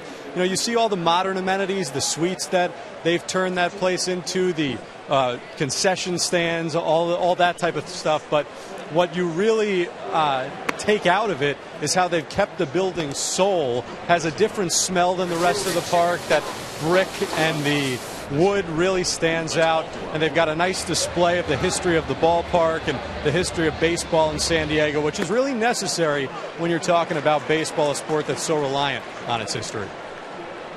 You know, there was a long time when people felt as though baseball couldn't survive in San Diego. The mantra used to be, well, they got the ocean to the west and the desert to the east and Mexico to the south and the Dodgers to the north. Yeah. Who's ever going to go to the ballpark there? As Eric Goodell gets up in the Mets bullpen. But they found a way.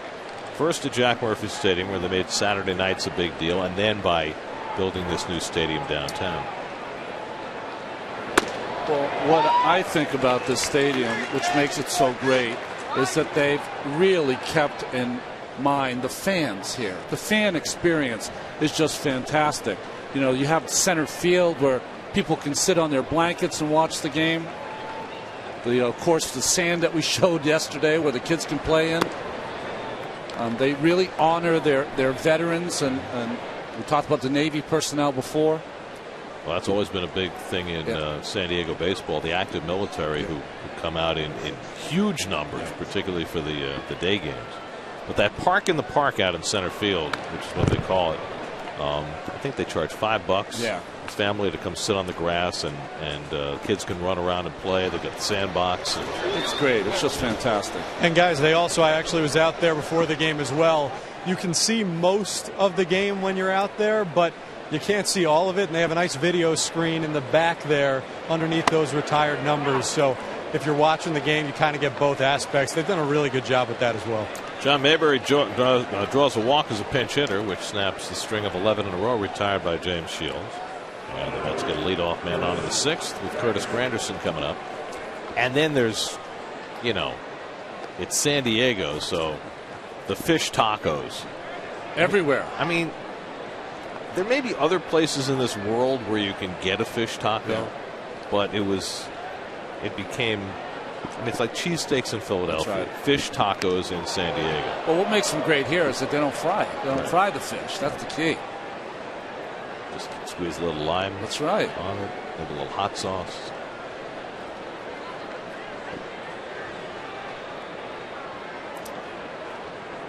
I just love any kind of ballpark where you can walk to from your hotel. And really from anywhere in downtown. Right on the edge of the gas lamp quarter, which has become such a popular place. Spangenberg gets the out at second. Amarista, no reason to make that throw. As Granderson beat it easily. So they erase Mayberry on the 4-6 fielder's choice for the first out. Granderson now 1 for 11 in this series. And Ruben Tejada comes to bat. Ruben 0 for 2.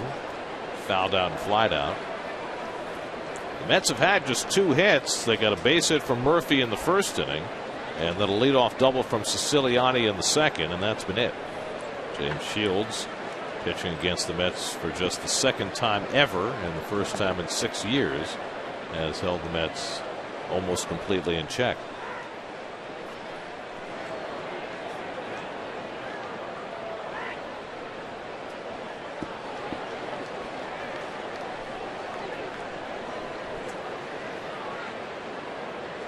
And Tejada drills one down the line. That's a fair ball going to the corner. Granderson on his way to third. He's going to be waved around by Tim Tuffle as the ball gets stuck in the corner. It's an RBI double for Ruben Tejada. And the Mets are on the board. It's now 7-1. And Tejada continues to make a bid to stay in the lineup. Just keeps hitting. Fastball in. He jumps all over it and keeps it fair down the line. You called it right, Gary. That just stalled out there in left field. Upton had to go all the way in the corner to get it, and that allowed Curtis to score the first run.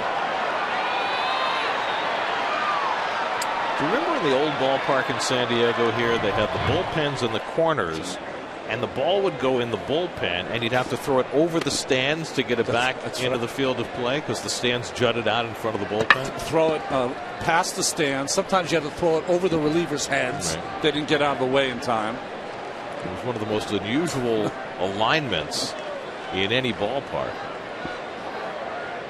And it was so unusual there as Duda steps in. The team that had the third base dugout had the bullpen in right field.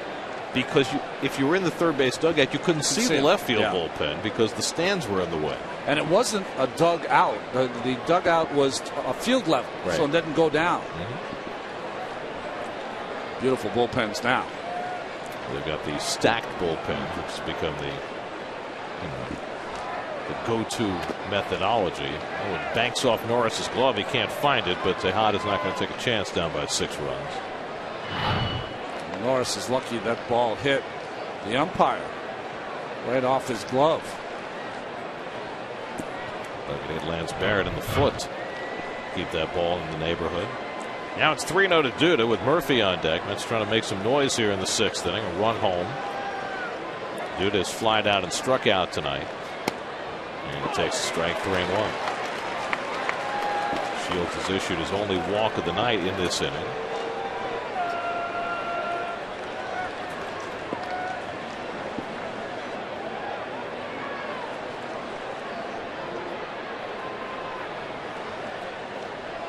And Duda flies one into left. Upton coming on quickly, and it drops for a base hit. Well, Upton did a very successful job deking Tejada into thinking he was going to catch that ball. He wasn't going to make a dive, so he just deked and let it drop. Well, I think Upton ended up deking himself because he got such a bad jump on that ball. Tejada could only advance one base. I mean, if he slides, he's got a chance to catch that ball, doesn't he? And those are the ones that, as a pitcher, you're standing on the mound like, are we trying here? What's going on? So Duda snaps an 0-for-11 streak with that opposite field hit. And now the Mets with a chance to get a little closer. 1st and 3rd and 1 out. Murphy 1-for-2 at a base hit to right field back in the 1st inning. So Shields finding his first real trouble of the night here in the 6th. And he misses low and inside, and the Padres are going to get their bullpen going. Shields normally a guy who goes over 100 pitches routinely, but he's at 77 with a 6-run lead, and they've got action in the bullpen. Dale Thayer is up.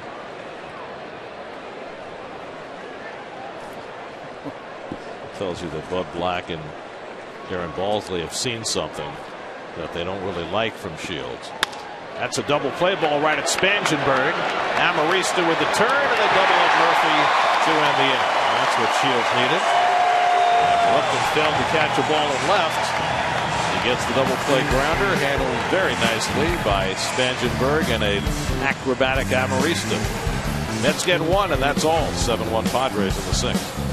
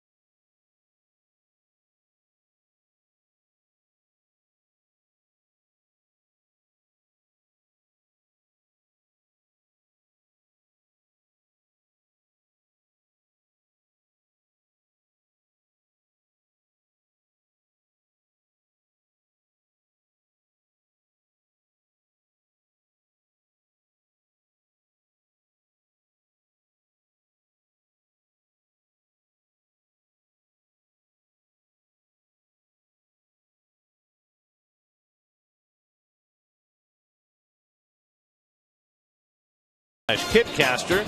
Submit an essay on the topic provided, and you'll be entered in the SNY Kidcaster contest, presented by New York's 529 College Savings Program. Eric Adell will pitch the bottom of the 6th inning for New York. Well, Jack Leatherstitch did a nice job of getting through that 5th inning, and now Goodell takes over. Probably want multiple innings from Eric if they can get it. Eric has not pitched since Saturday against Miami. Went an inning and 2/3 in that outing, gave up no runs and 1 hit. So So he's well rested to face the top of the Padres batting order. Will Venable had a 2-run single against Dylan G in the 4th inning that turned a 2-0 game into a 4-0 game. Venable, Norris, and Upton for the Padres in the 6th. And the curveball from Goodell misses for ball 1.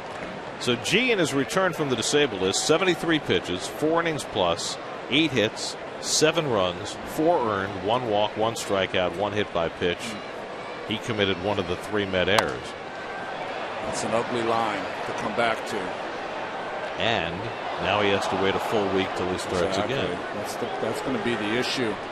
We talked about that last night with Syndergaard's got to wait a week. G the same.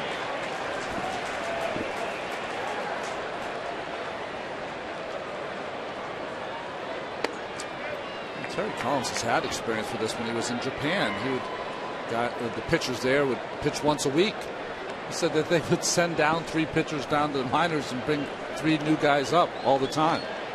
Well, the last time the Mets went to a 6-man rotation back in 1998, it so happens they had 2 Japanese pitchers in their rotation, Hideo Nomo and Masato Yoshi. Those circumstances were very different, though, because it wasn't about young pitchers.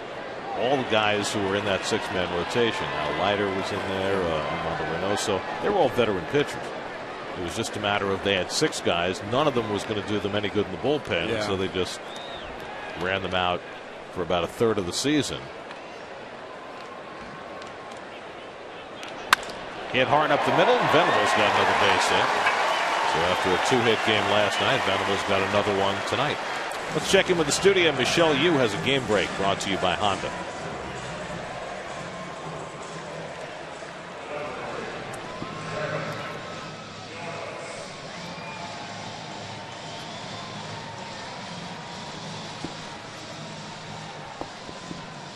So that's where Ryan Matthews is. Yeah, the former Washington National pitcher. With the funny spelling of the last name. Mattheus. That's right. Here's Derek Norris is 0 for 3. Reached on an error twice and bounced into a double play his last time up. So the Phillies, who had lost 7 in a row, have now won a couple in a row. We mentioned the Nats got shut out by Mark Buehrle earlier tonight. Buehrle, a 93-pitch complete game 6-hitter. That's him. He's on. I mean, what did the game last? About 2 hours and 5 minutes? He's as quick as they get.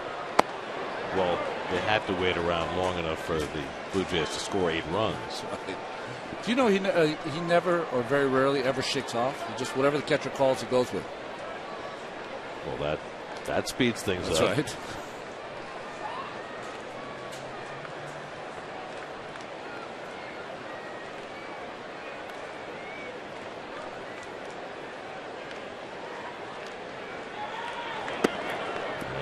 Takes inside, 2-1.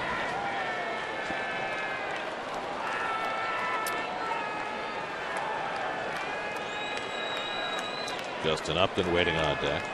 Well, with the Nats losing this afternoon means the Mets and Nats are now in a flat-footed tie for first place, which gave the Mets an opportunity tonight that they appear to be squandering,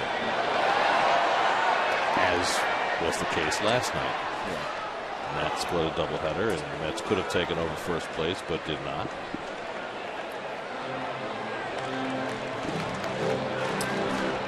Well, last night's game saw Syndergaard give up a lot of runs and a lot of hits, but he had some dominance too with those 10 strikeouts. No dominance tonight for Dylan G. Well, we've said this a number of times over the last month or so. The Mets are a team that's built around dominating starting pitching. But the nature of this team is, if they don't get dominating starting pitching, it's hard to win. Yeah. And they have not won any of those 7-6, 9-7 type games. They've had a couple where they've come close, but generally in a high-scoring game, the Mets are on the short end. Just don't have a strong enough offensive lineup to come back. And that's why now that it appears as though David Wright is out for a more significant period of time, that whether it's a big name or a small name, the Mets have got to be looking for a bat. And I think Sandy Alderson is. I mean, there are some options out there, guys who have expiring contracts this year. Guys like Ben Zobrist in Oakland, they're out of the race. Aramis Ramirez in Milwaukee, they're out of the race. That's right. I mean, there are guys available. Now the question is whether the Mets have what those teams want and whether they're willing to pick up their salaries for the remainder of the year. Can't get Joey Gallo, is that what you're saying? Well, he's not making a lot of money, but it might cost you a few pitching prospects. Seventh pitch coming to Norris. And he gets him looking. Strike 3. It's the splitter to get Norris for the first down. I think Norris thought this pitch was not only down but inside. Pretty good pitch. Good framing there by Recker. That pitch has really made such a difference for Goodell. Well, the thing that he does is that he's effective against right-handed hitters with it too. Usually those split fingers are good against left-handed hitters. So 1 out and 1 on. Now Justin Upton, who's walked, singled, stolen a base, scored 2 runs tonight.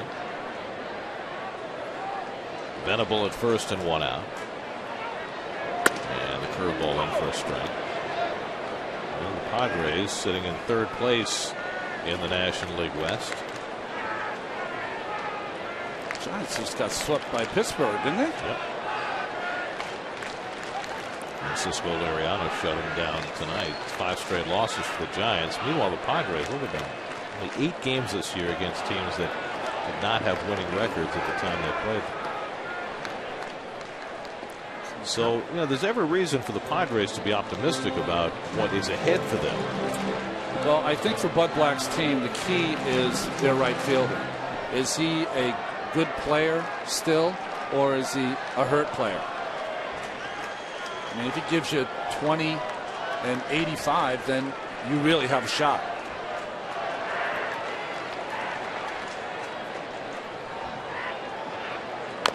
Well, right now, he's keeping Matt Kemp in that cleanup spot. It's hard to imagine that if it keeps going the way it is, that they wouldn't move Alonso up into the cleanup spot and move Kemp down to the batting. Especially just to split up the right-handers, Upton and Kemp. I mean, they were without Alonso for the better part of a month. But he, right now, he's their best hitter. Upton trying to shake it off. They're fouling that ball off his foot.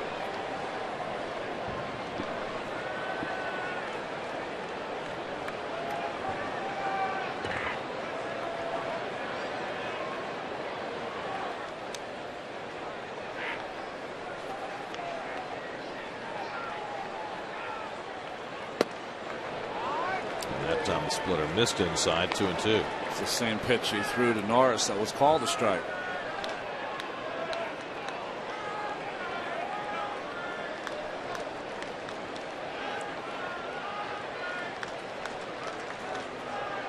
How many pieces of bubble gum is enough?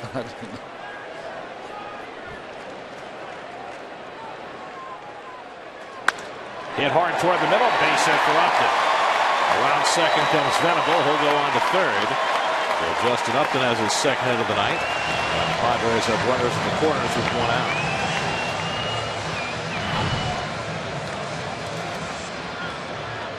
Trying to go fastball right on the corner. Upton was up to the task.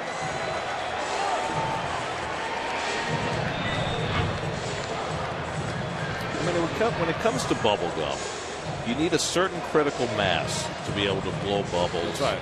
To get the maximum flavor. But how much is too much? Can't go more than 4, Gary. 4 is the limit.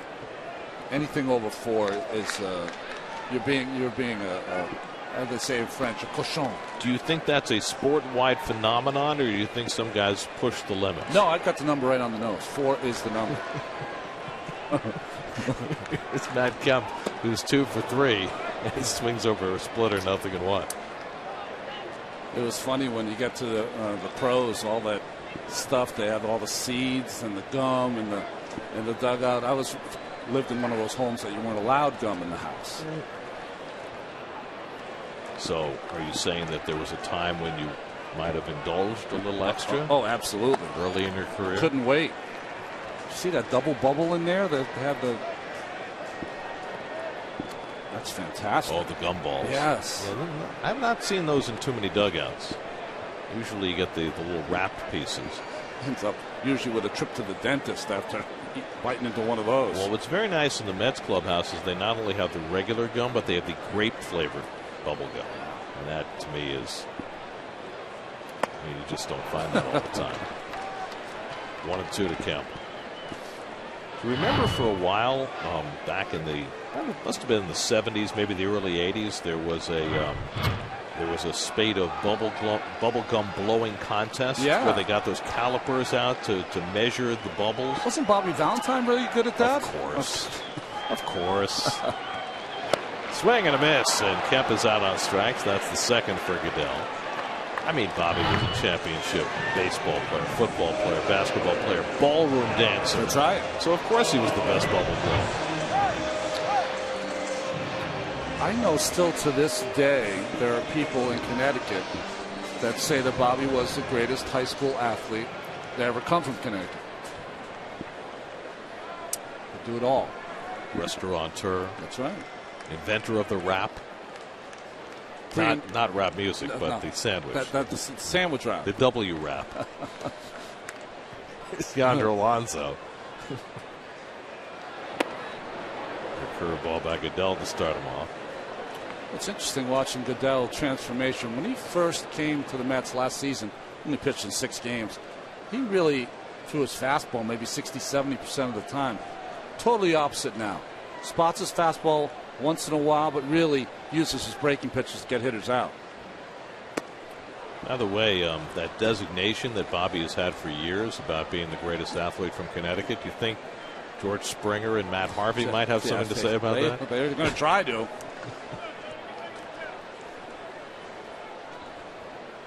Although those guys, did they play other sports? Because Bobby was a great football player too, right? Well, everything's changed. Yeah. The 3-sport high school athlete might be a thing of the past. Drilled to right, but Granderson is there to grab it, and Goodell is able to escape trouble in the bottom of the 6th. On to the 7th we go. Padres up 7-1.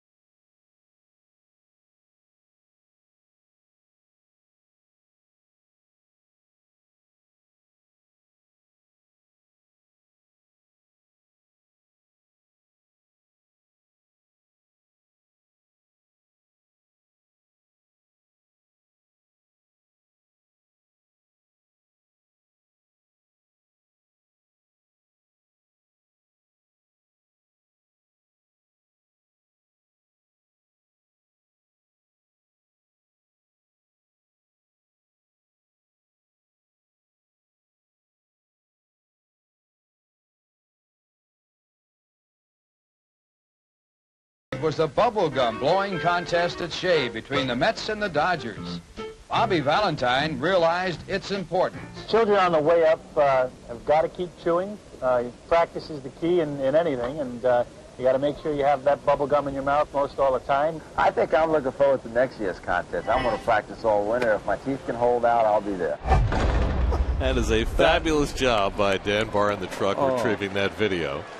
Bobby Valentine and Ed Kranepool comparing notes on bubblegum blowing. Wilmer Flores takes a strike, 1-1. When a lot of people in those stands, were they? Well, it was 1978. After the Midnight Massacre in June of '77, things got a little bleak for the next half decade. Well, it's the 35th anniversary today of the Mets selected Darryl Strawberry in the draft, 1980. You can get when you finish that. That's right. Get that first draft pick, sound like the Astros for a few years there, the Nationals. That's right. They got Strasburg and Harper. Flores lines one to left, and Upton will play this one on the hop. And Flores has his first hit of the night. And the Mets get the leadoff man on in the 7th. 5 hits now against James Shields. And now Daryl Siciliani, who has one of the 5. He doubled to right field back in the 2nd, his first major league extra base hit. 1 for 2 on the night. Joey Gallo had another home run tonight. First Texas Ranger ever to homer in his first 2 major league games. Brandon Morrow gets up in the bullpen for the Padres. First ever is always good. But they lost the game. Red Sox beat them 9-2 behind Chris Sale on the corner. And the Rangers have been very hot, notwithstanding Joey Gallo. Their offense has been incredible. Fielder's having he looks like Prince Fielder from 5 years ago. Well, I mean, he had a serious neck problem, and he's more than bounced back from it. And Siciliani is hit by the pitch, and the Mets have 2 men on.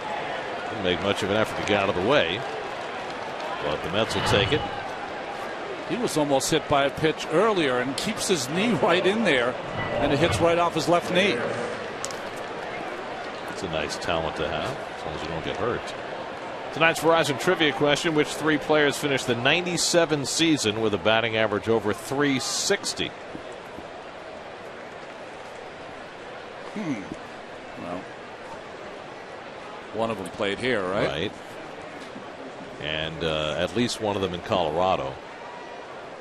Yeah. Larry Walker, Dante Bichette, that whole group, the Lake Street Bombers. Walker that year, one year hit like .373 or something.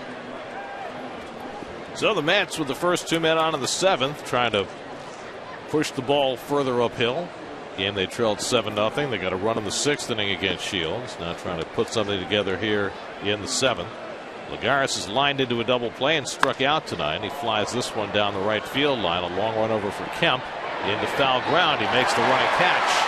Nicely done by Kemp. Flores tags and goes to 3rd.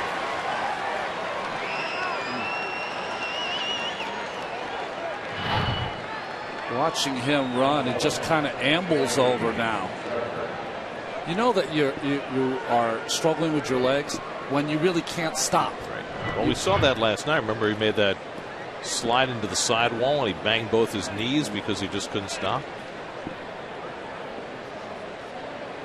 Did make a great throw, though, earlier in the game. The gun down Siciliani at 3rd. So now runners at the corners and 1 out for Recker. Eric Campbell is out on deck to pinch hit.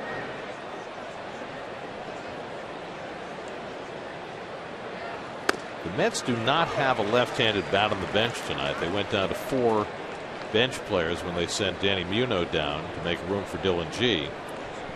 And with Kadire out and Siciliani in the lineup, Terry does not have a left-handed bat on the bench. And he said before the game he might consider using Jacob deGrom or Noah Syndergaard as a left-handed pinch hitter if the need came up. So far, he's not done that. Line toward the middle, and Recker's got a base hit. That'll bring in a run. Flores comes in to score. Now it's 7-2 San Diego. So Anthony Recker drives in his 3rd run of the year. His first 2 came on solo home runs in the same game in Chicago. Well, tough pitch here. Breaking ball down on the corner, but Recker, nice swing. Stayed with it. Punched it up the middle. So the Mets now with 2 runs and 6 hits against James Shields. He's only at 88 pitches. Is he going to go any farther? He's one of those pitchers that has got enough time in and respect from his managers that sometimes they'll be asked, how do you feel? Can you go? Of course, his manager is a former pitcher, Bud Black, and Buddy's going to leave him in.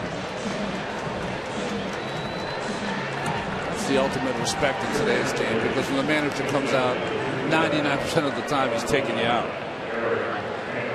So now Campbell will come to bat with 2 men aboard, a run home here in the 7th, and the Mets still down by 5. Campbell in the worst slump of his career, 0 for his last 23.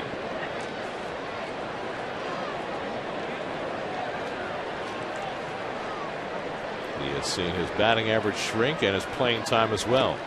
Backhanded by Norris to keep the runners from moving up. This pitch not even close. Pretty lucky by Norris to make that play.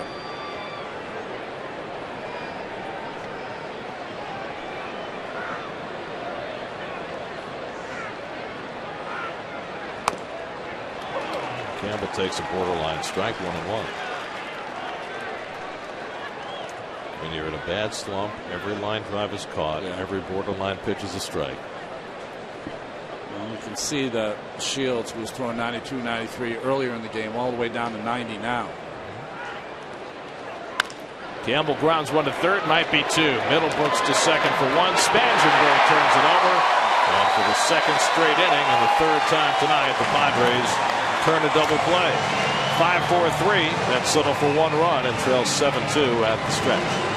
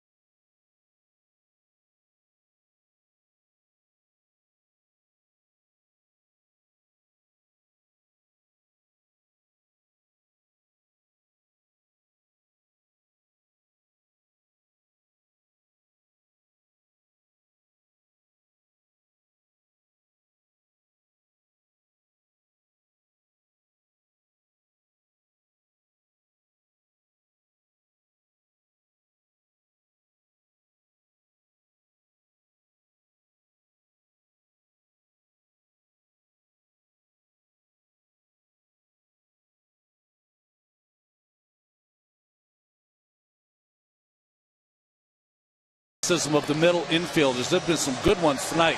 Watch Flores here with the splits to try to get away and stepped over the runner there. And Spangenberg here to Amarista. Try to do that at home. Jump up, split your legs, let the runner go between them, and make the throw 90 feet. It's just amazing. And then Spangenberg, try to think about someone coming and trying to knock your head off as you not only catch it, but have to transfer a throw to first. 3 beautiful plays. Now Sean Gilmartin will come on to pitch for the Mets as we go to the bottom of the 7th. Well, double plays have short-circuited possible Met rallies the last 2 innings. They've got a run in the 6th, a run in the 7th, but a double play ending each threat. Will Middlebrooks has driven in 3 of the Padre runs tonight with a sacrifice fly and a single. He is hit in the 5th inning, knocked Dylan G out of the game. G in his return from the disabled list went 4 innings plus, 8 hits, 7 runs, 4 earned. Jack Leathersich and Eric Adell each threw a scoreless inning, and now Gil Martin. And Middlebrooks lifts one to center field. And Lagares tucks it away for the first down. I'll tell you, the one thing you can fall into, Gary, when you've been a starter your whole life and you get thrown in the bullpen like Gil Martin has, you can start to get real fastball happy because you feel real good every day when you come in from the bullpen.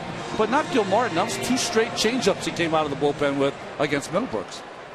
Gil Martin pitched a 1-2-3 inning in the first game of this series to close things out behind Jacob deGrom on Monday night. Here's Spangenberg, who's 1 for 3, singled and scored back in the 4th.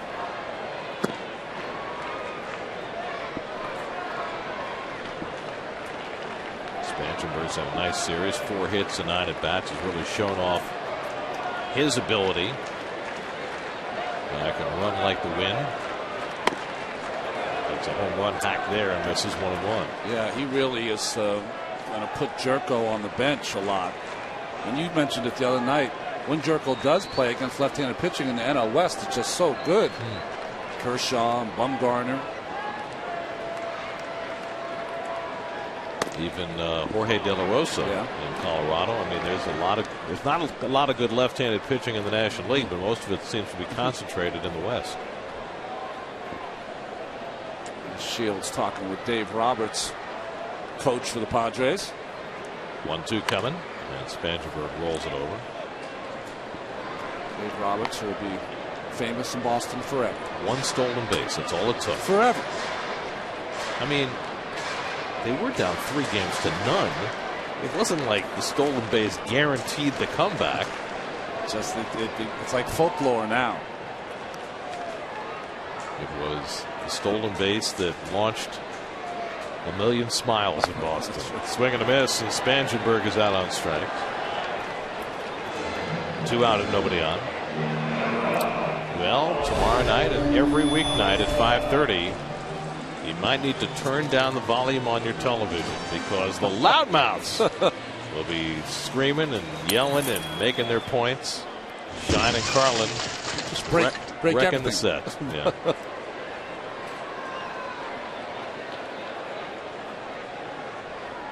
I'm reminded of every time I see that promo.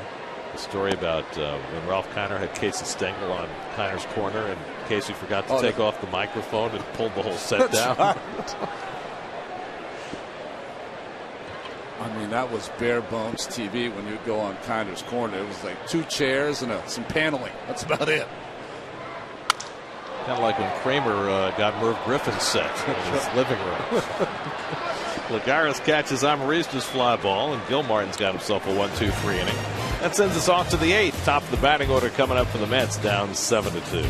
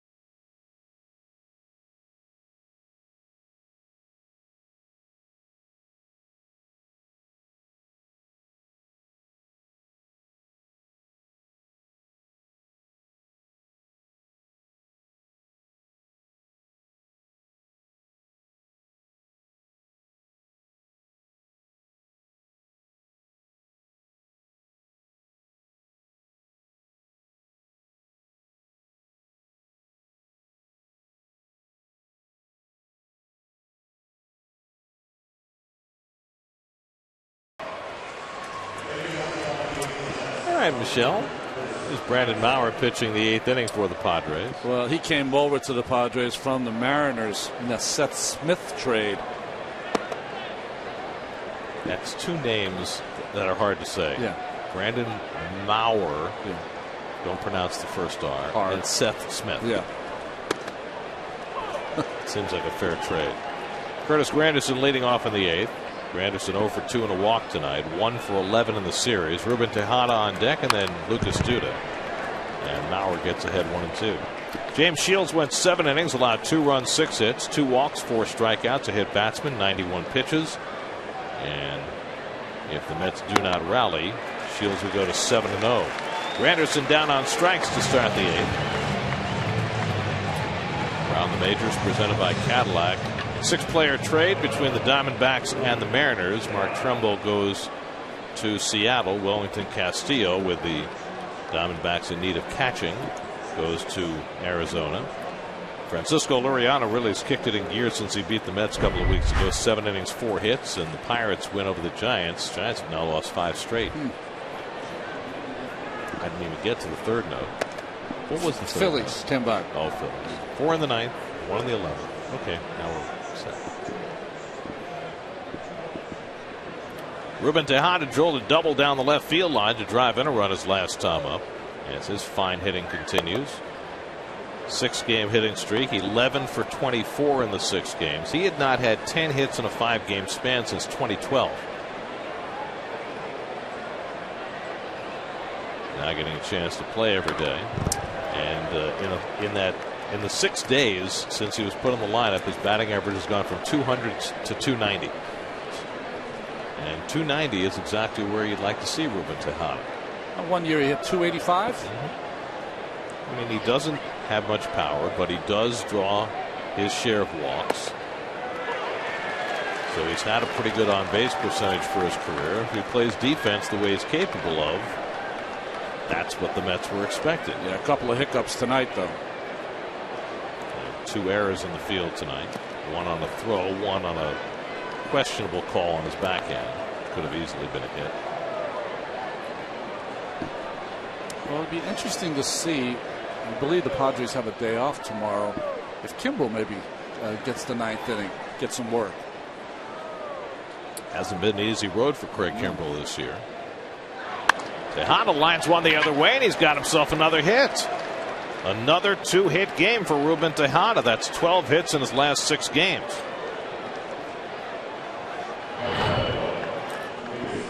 Isn't it unbelievable? A guy not even hitting his own weight, and then just gets red hot like Tejada has gotten.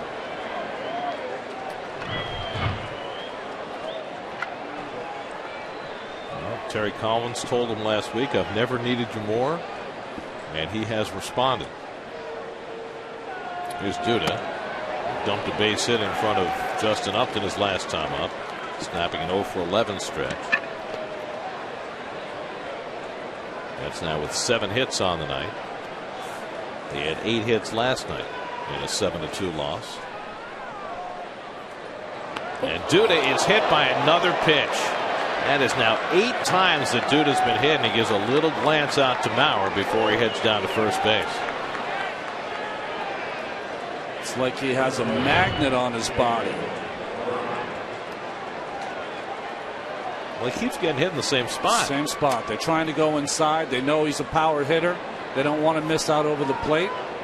But it's starting to get ridiculous. Well, you saw that little look that he gave Maurer, and it's hard to get Lucas Duda angry. But what you'd like to see is one of his pitchers get a little angry. That's right. There's Daniel Murphy with 2 men on. Murphy is 1 for 3 tonight. Snuffed out a rally with a double play his last time up in the 6th.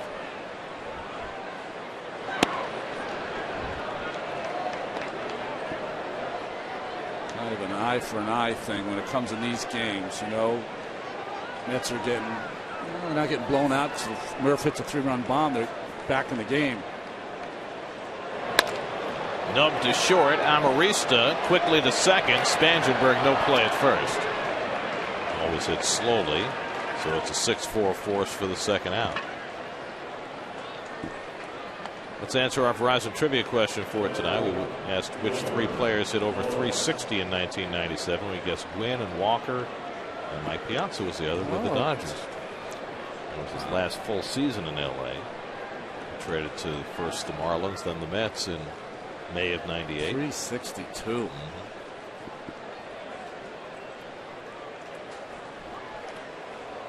So runners at the corners with 2 out for Wilmer Flores, who's hit 2 balls in a row hard. And a base hit to left his last time up, and he pulls that one down to third. Bad hop comes up on Middlebrooks, makes the recovery in time for the out. Beautifully done by Middlebrooks. Stayed in front of that bad hop and was able to throw out Flores, and that saved a run. It's the way they used to teach it. That's right. Stay in front of the ball. Play it off your chest. Marr likes it.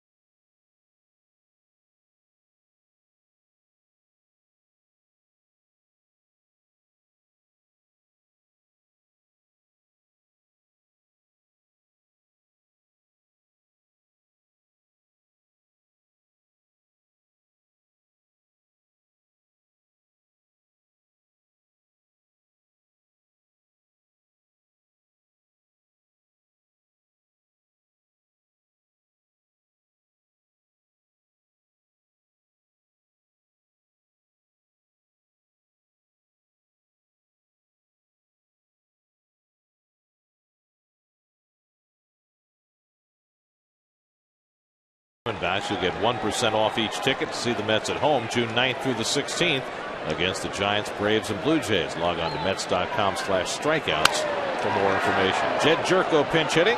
Grounds the first pitch to Wilmer Flores. 1 pitch and 1 out for Sean Gilmartin in the bottom of the 8th. So 1 out and nobody on. Now Will Venable. 2 hits last night, 2 more hits tonight. He drove in a couple of runs.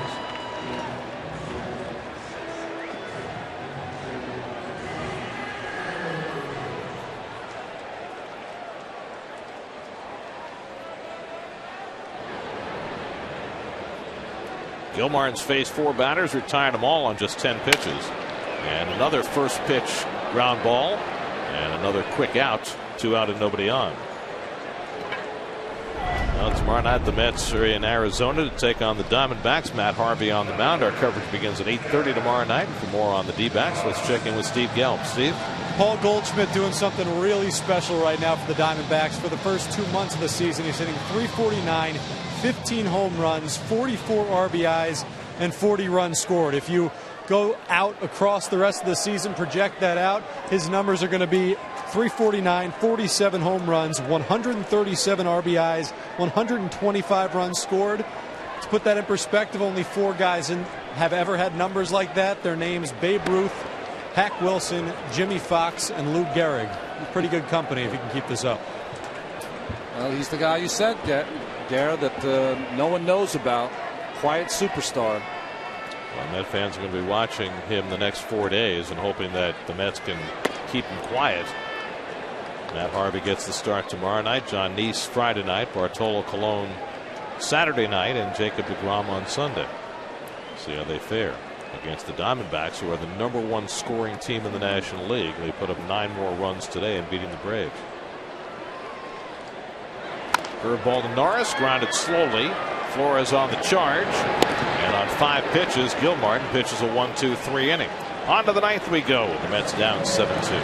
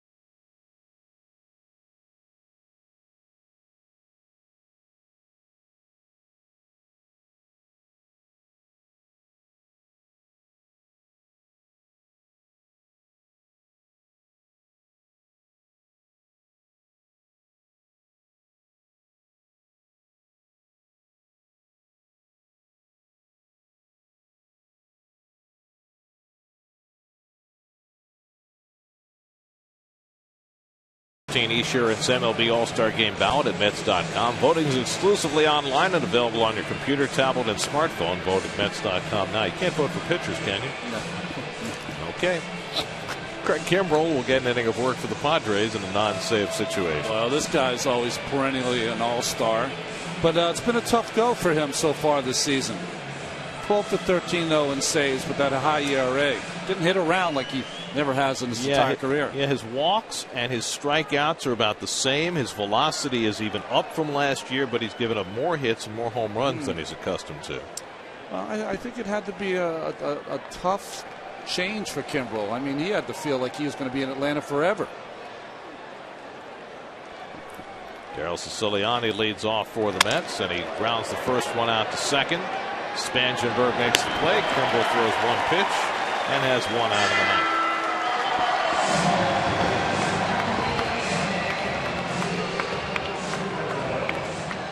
So 1 out and nobody on. Now Juan Lagares.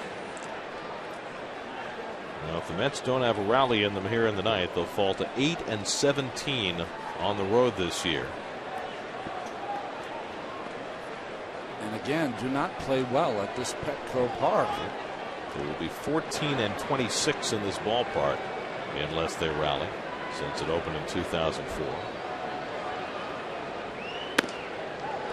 Lagares takes a fastball for a strike. Well, the story of the game tonight, again, the Mets putting a minimal offense, but also the return of Dylan G not going well at all. Return of G, the 6-man rotation starts, and didn't start very well as G give up all 7 of the Padres runs.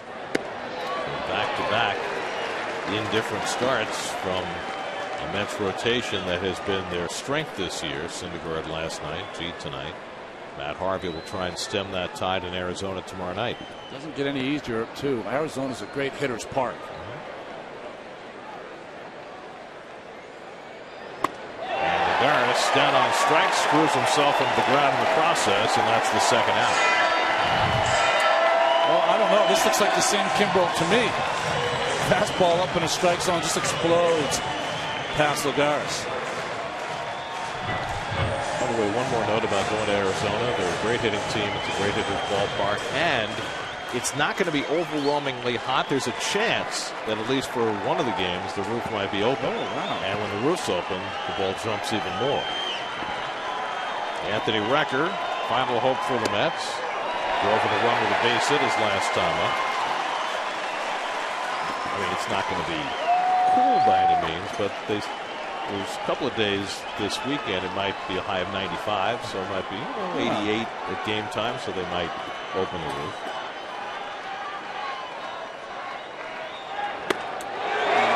Kimbrel quickly ahead on Recker 0-2.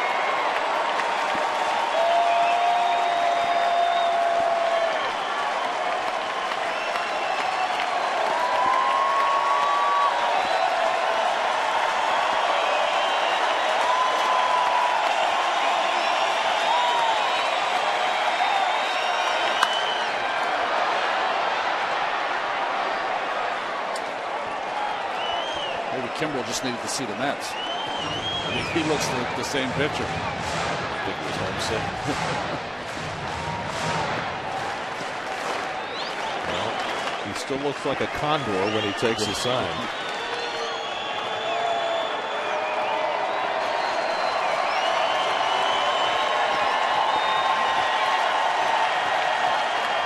And Recker tried to stop it, and he did. Curveball well out of the strike zone, 1-2. This ball misses by a couple of feet, but good strength by Recker to hold that bat back.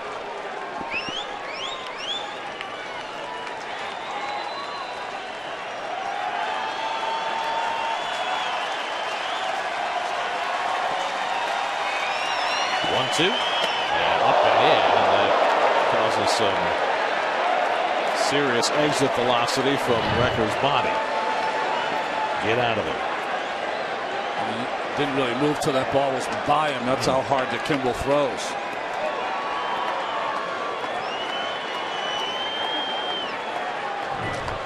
It's scary when a guy throws as hard as he does and it's near your coconut.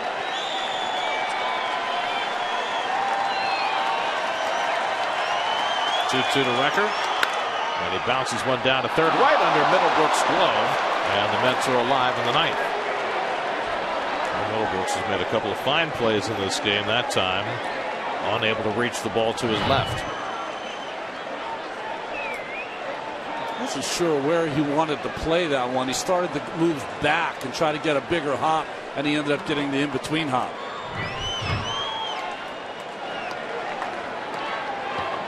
Scored an error on Middlebrooks, keeping the Mets alive in the ninth.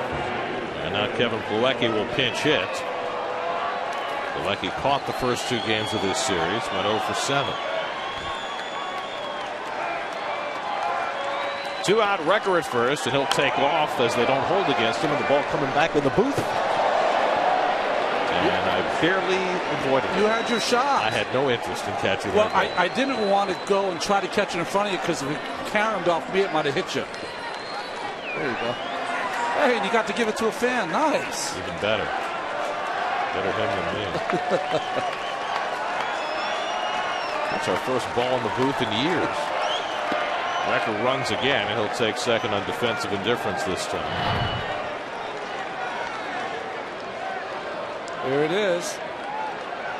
Went all the way to the back of the booth, rebounded. All our crew back there had to scamper out of the way.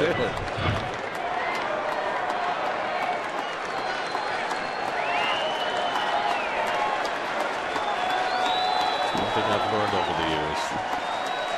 Without a glove, get out of the way. Driven to deep right center field. Back in the gap goes Kemp, and he won't get it. It's up against the wall. Recker scores. Plawecki pulls in at second with a pinch hit double. And the San Diego lead is now 7-3. So Plawecki with his first hit in the series. Drives one to get a run home. Well, gets a fastball up and down the middle. Nice drive there by Plawecki. Kemp again couldn't get to that ball as it goes over his head. Record gets aboard on an error, comes home on the Plawecki double. Now it's 7-3, and that's still with some uphill climbing to do with their backs against the wall. You know, Ronnie, Bob Murphy taught me a lot of things over the years, and one of the things he told me quite unequivocally, and I'll try and do justice to this, he said, you can't catch a baseball with a ballpoint pen. Nerve. Taken inside by Granderson, ball one. Granderson 0 for 3 and a walk tonight. 1 for 12 in this series. Plawecki at second and 2 down. Granderson trying to keep it going against Kimbrel, who hasn't pitched in 5 days.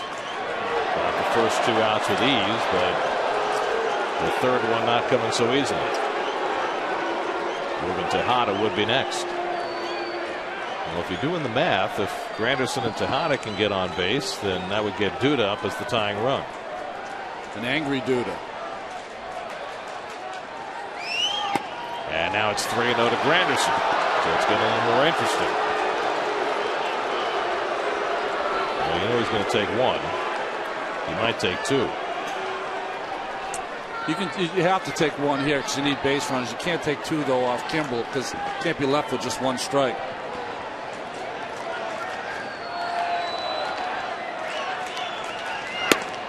And it's outside, ball 4. And so it continues. An error, a double, a walk, and now the Mets need just 1 more base runner to get Duda to the plate as the tying run.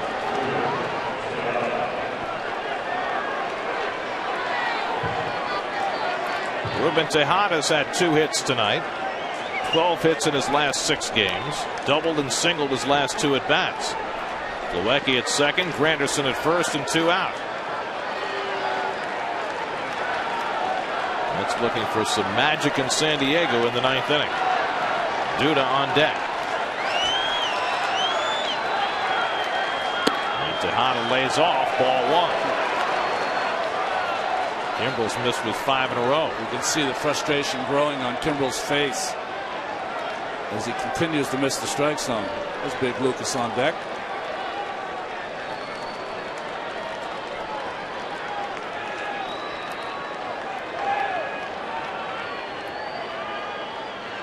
One-0 to Tejada, and that's outside. 2-0.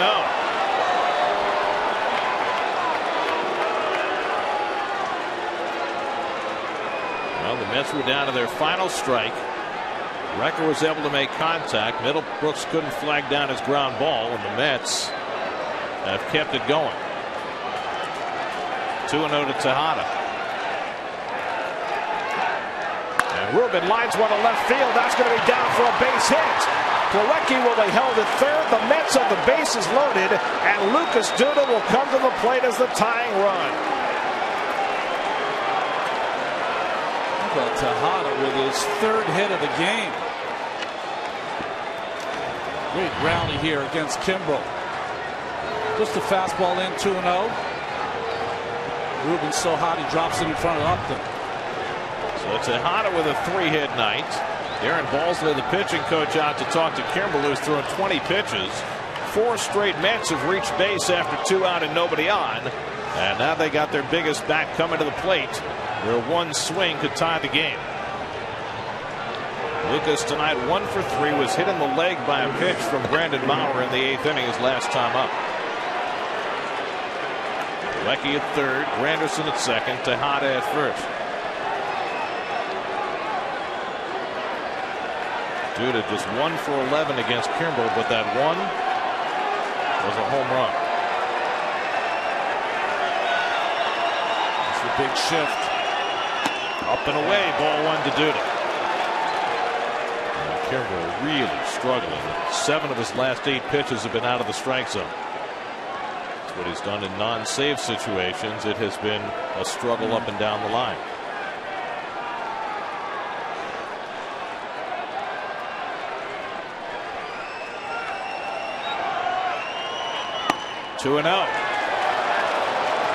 walked Granderson on 4 pitches. He fell behind Tejada 2-0 before Ruben singled. Now he's 2-0 to Duda. Joaquin Benoit quickly to work in the Padres bullpen. It's not a save situation for Kimbrel, but it would be for the next guy. Duda looking for one he can crush. And Lucas takes a strike. First pitch, 99 on the inside line. Didn't have to be. It catches the plate, but I thought it might have been low. Pretty good pitch though by Kimbrel. Certainly not what he wanted to swing at anyway.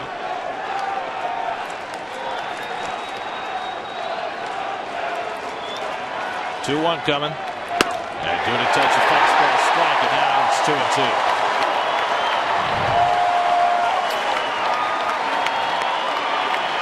Well, that's borderline pitch. Got the call that time. So for the second time, the Mets find themselves down to their final strike. Bases loaded, 2 down.